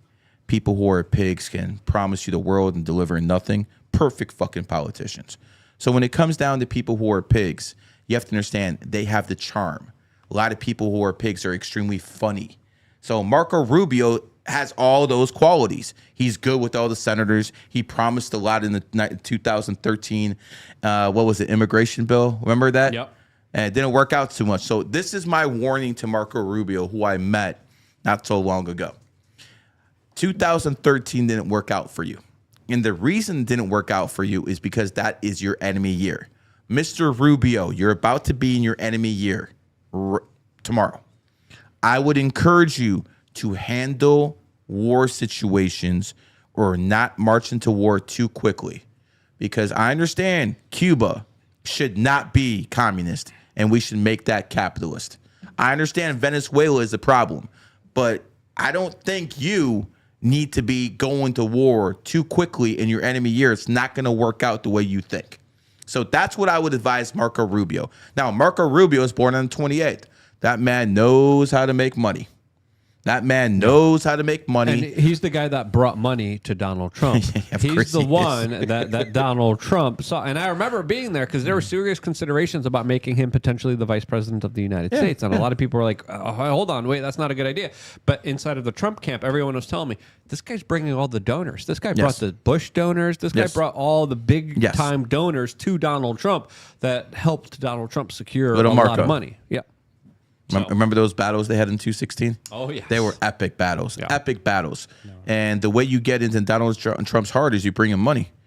You know, it is what it is. I'm not, you need money to win a campaign. This is how it works. So Mr. Rubio is a skilled politician. I believe he's going to be a successful Secretary of State long term. I think he's going to have a bumpy ride in the very beginning. Yeah, in the very beginning. Look, I don't even think he's worried about Palestine or anything. I don't think he's worried about. I understand what you're going to say. He's a warmonger. I got you, but hey, I want him to take Cuba. I personally, well, I understand it. You're not American, but I don't believe the Russians and the Chinese should have any options to put any missiles anywhere near the United States of America. Cuba, being a communist nation, is a clear and present danger. And we signed a deal with the Soviet Union to keep them peaceful, to make sure we wouldn't invade. The Soviet Union doesn't exist anymore. That agreement isn't valid anymore. We need to take we need to take Cuba. We need to take Venezuela. And I understand you don't believe in that stuff, but that's the difference. I'm an American, and I believe we're entitled to that stuff, and you're not. No, because you're occupied. So therefore, when you take those countries, you're taking it for a different nation. Whereas when, in terms of Venezuela, I think he's doing. I mean, I know they've got a significant amount of sanctions, hence why the country's not doing as well. But I think the people. Why shouldn't a communist nation have sanctions on it? Well, I don't think any country should have a sanction. It should be. It literally goes against your whole idea of capitalism. Like, we believe in a free market. No. You believe in a free market. Yeah, but they're not capitalist. If they join the system, then they can join the market. But since they're not capitalist, why should they have any of the benefits of capitalism? They have none. No, but if America claims it's a capitalist society and there's a free market, you shouldn't be doing things like stopping the market. Why? As an example, banning TikTok. As an example, trying to overthrow governments, which we know is highly problematic. As an example, all of these things, and therefore putting sanctions on people is actually when you put sanctions on people, it's rarely for the government because the government doesn't feel the pain. It's actually the people who suffer. Well, if you want to topple the government, and you don't always want to go in there with like soldiers, right? You want to use soft power. It's never good to topple a government. Why? It wasn't good to topple Saddam. Look what happened to Iraq. He came in his enemy year. But Saddam came into power his enemy year. No, I get that. But if you look at what happened in Iraq post Saddam, it's in a much worse situation than pre-Saddam. I think more people were dying under UN sanctions with Saddam than they are now. More people died after the illegal invasion of Iraq. Not now. And more people died after the illegal invasion of Iraq than before. I'm talking about now. Similar to Syria, more people died after the rebellion than before the rebellion. I think the vast majority of times, a rebellion, a coup is not always a great idea. Yeah, the Iraq invasion was a big mistake. I think the invasion of Iraq was a great idea. I'll defend it. I'll defend that right now. There was a weapon of mass destruction Saddam was holding. Hold on. You know what the weapon is. There was a weapon, and it wasn't nuclear energy. It was called the euro. He wanted to destroy the petrodollar system. Iraq was selling their oil in euros. They were trying to get around American, Saudi, basically petrodollar system. They wanted to bring down that system. He was a clear and present danger to America and the petrodollar. We went in there and removed it. We are empire here in America. That's why we're allowed our citizens to have more rights here than anywhere else, because we are empire. And that comes from, you guys don't even have any guns in the UK. We've got knives. Okay, whatever. But coming back to the point, I mean, you're not an empire, and the whole problem with invading countries is the harm that you cause, as an example. And in addition to that, when you say it's the American empire, I mean, we know the control. So it really is. Really if that was true, we would have bombed Iran a long time ago. I saw Netanyahu in the Senate, I think it was 2004, 2005, when Bush was president, telling people we need to bomb Iran. If the Zionists had that much control, it didn't happen under Bush. It didn't happen under Obama. It didn't happen in the first Trump regime. It didn't happen under Biden. If they have so much control, why didn't they bomb Iran and any of those presidents? Well, Iran was also able to become more powerful because of the invasion in Iraq, that is true. Which created a vacuum of power and allowed Iran to have more of a sphere of influence in the region as well. I personally believe Khomeini was an asset, because if he wasn't, why'd they allow him to run his mouth in France for a year before he helped topple the Shah? So the Iran argument isn't great, because in reality, during that time period, the United States of America has been attacking these specific nations for Israeli interests, and you don't, logically, from a military perspective, you don't attack all the nations in one go. Now, the only reason they didn't attack Iran actually is because of Donald Trump, and that's part of the reason why I did support him before this thingy, because the military industrial complex were pressuring him. He said this, John Bolton and the rest, and forcing him to literally invade and bomb Iran, and he said no. So there actually was a plan to do so, and I do believe that there is a huge risk with Marco Rubio being the Secretary of State that may happen. Yeah, I think the head of the CIA is going to be more important here, John Ratcliffe. I have his birthday pulled up too. Go ahead. But when it comes to like U.S. foreign policy intervention, I think it's fair to say that the American people were screwed over with a lot of these kind of wars that didn't help out the American people. If the American dollar defaults, then guess what? We all go broke. Yeah. We all go broke. But at the same time, we spent billions and trillions of dollars on what? Destroying a nation and then rebuilding it? That made no sense. There could have been other pressures that could have been done. They tried. Yeah. They tried with the CIA to take out Saddam. It didn't work. They tried for years to assassinate him. It didn't work. It's only the American military is only used when the CIA fails. And guess what? The CIA sucks lately. Let's talk about the CIA, because the new head of the CIA is John Ratcliffe. His birthday is October 20th, 1965. And this is the new leader of the CIA. 1965, year of the snake. So we have a snake in charge of a pig organization. He will destroy you guys from within. He's going to rip out the carcass of the deep state within the CIA. I love this. And guess what? I love this. On his first date, he also released the report specifically saying that this global sickness that came out in 2020 came from the Wuhan laboratory. I love this. So he just released this. They won, as the CIA has their fingerprints all over it with their money. Echo Health Alliance, Peter Daszak, all of that money was essentially given by the CIA to do this kind of function research in Wuhan, and then the CIA and other intel agencies went to social media and covered that up and destroyed people's lives for even talking about it. And now the head of the CIA just exposed how the CIA thinks it was also a Wuhan lab leak. This leaked a long time ago. They just covered it up again. But the CIA admitting it now? Yeah, that's because huge. you have a snake in charge of the CIA. This is awesome. You can think of anything better than this. In a snake year, you have a snake in charge of the pig CIA. They're going to have a lot of problems. A lot of people are going to be throwing out the CIA. If you are basically an agent and you're not playing for America, you might have some issues this year. I know you might not disagree, but let me tell you this. Again, let's go back to Trump. COVID was exactly, that's what I was about to say. COVID was founded in a pig year. And again, we have a snake exposing it. We have a snake exposing COVID. It was founded in 2019. So again, you see imprinted energy. By the way, the two states that fought the hardest against COVID restrictions, Florida and Texas, both founded 1845, year of the snake. Again, COVID pig, snake energy always pushes back. Let's do Pete Headset. He is, of course, his birthday is June 6th, 1980. Someone born. So we has the last two guys you mentioned were both 3 life paths. So they definitely got a little bit of their agenda as well. But when it comes down to it, I'm going as far as I can, bro. He's the U.S. Secretary of Defense. But he's also born in a monkey year. So you do understand that a monkey energy person would be good for a monkey nation. I think he'll serve just fine.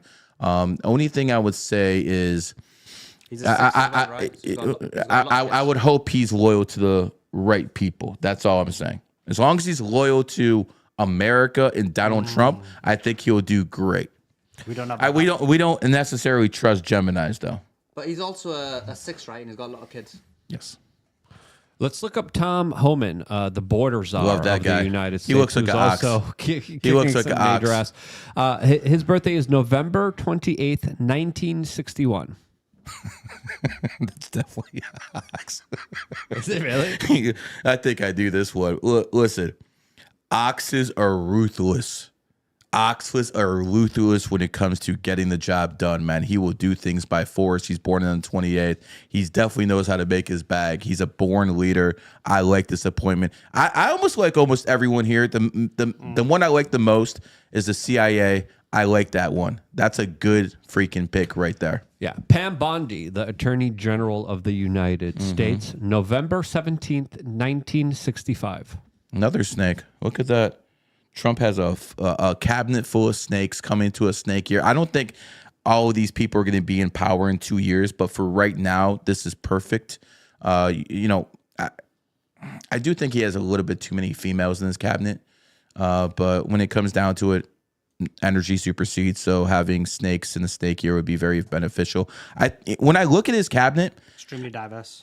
Not only extremely diverse, what I'm looking at it is you have a lot of people who are going to be very loyal to the man. I see a lot of signs who are going to be very loyal to the man.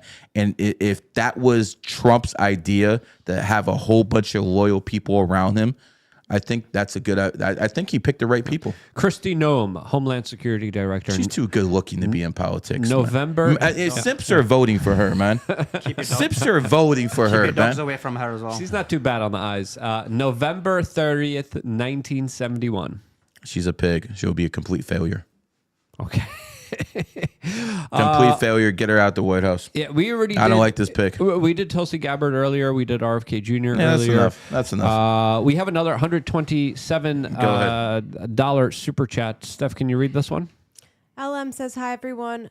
A male and a female partner. Male is on cycle 7. What about the female? Is her LP1 also carry 28 energy? He gave birthdays. So LM said again, a male, September 17th, 1989. Well, you know what?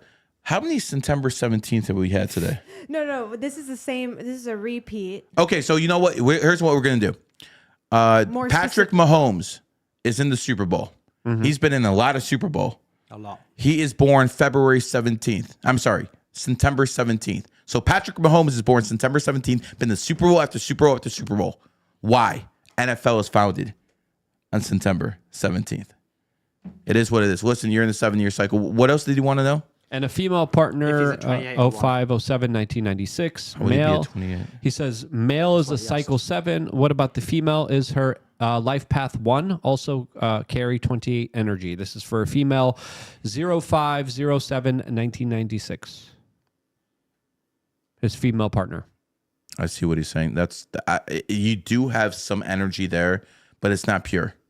None of it's pure. Absolutely none.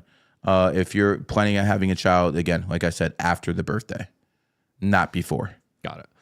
This was fun, Gary. I have no more kind of people that I want to. No, let me see if I can do one more. Let's see if you have any more. If not, we're gonna shut this down. You have Atlas kind of looking at me, being like, "Hold on, let me put down the mic flag." She's kind of like looking at me, like, "Man, you're working really hard there." Yes, we definitely are. We got to pay the bills around here since dealing with a lot of crazy attacks from the establishment we've had to deal with. Hold on. Let's give Atlas a little. How'd you miss that one? Seriously? All right, we're live. Hold on. Atlas, you're disappointing. Oh my, we still got quite a few to go. Damn. Hold on. No, did that one.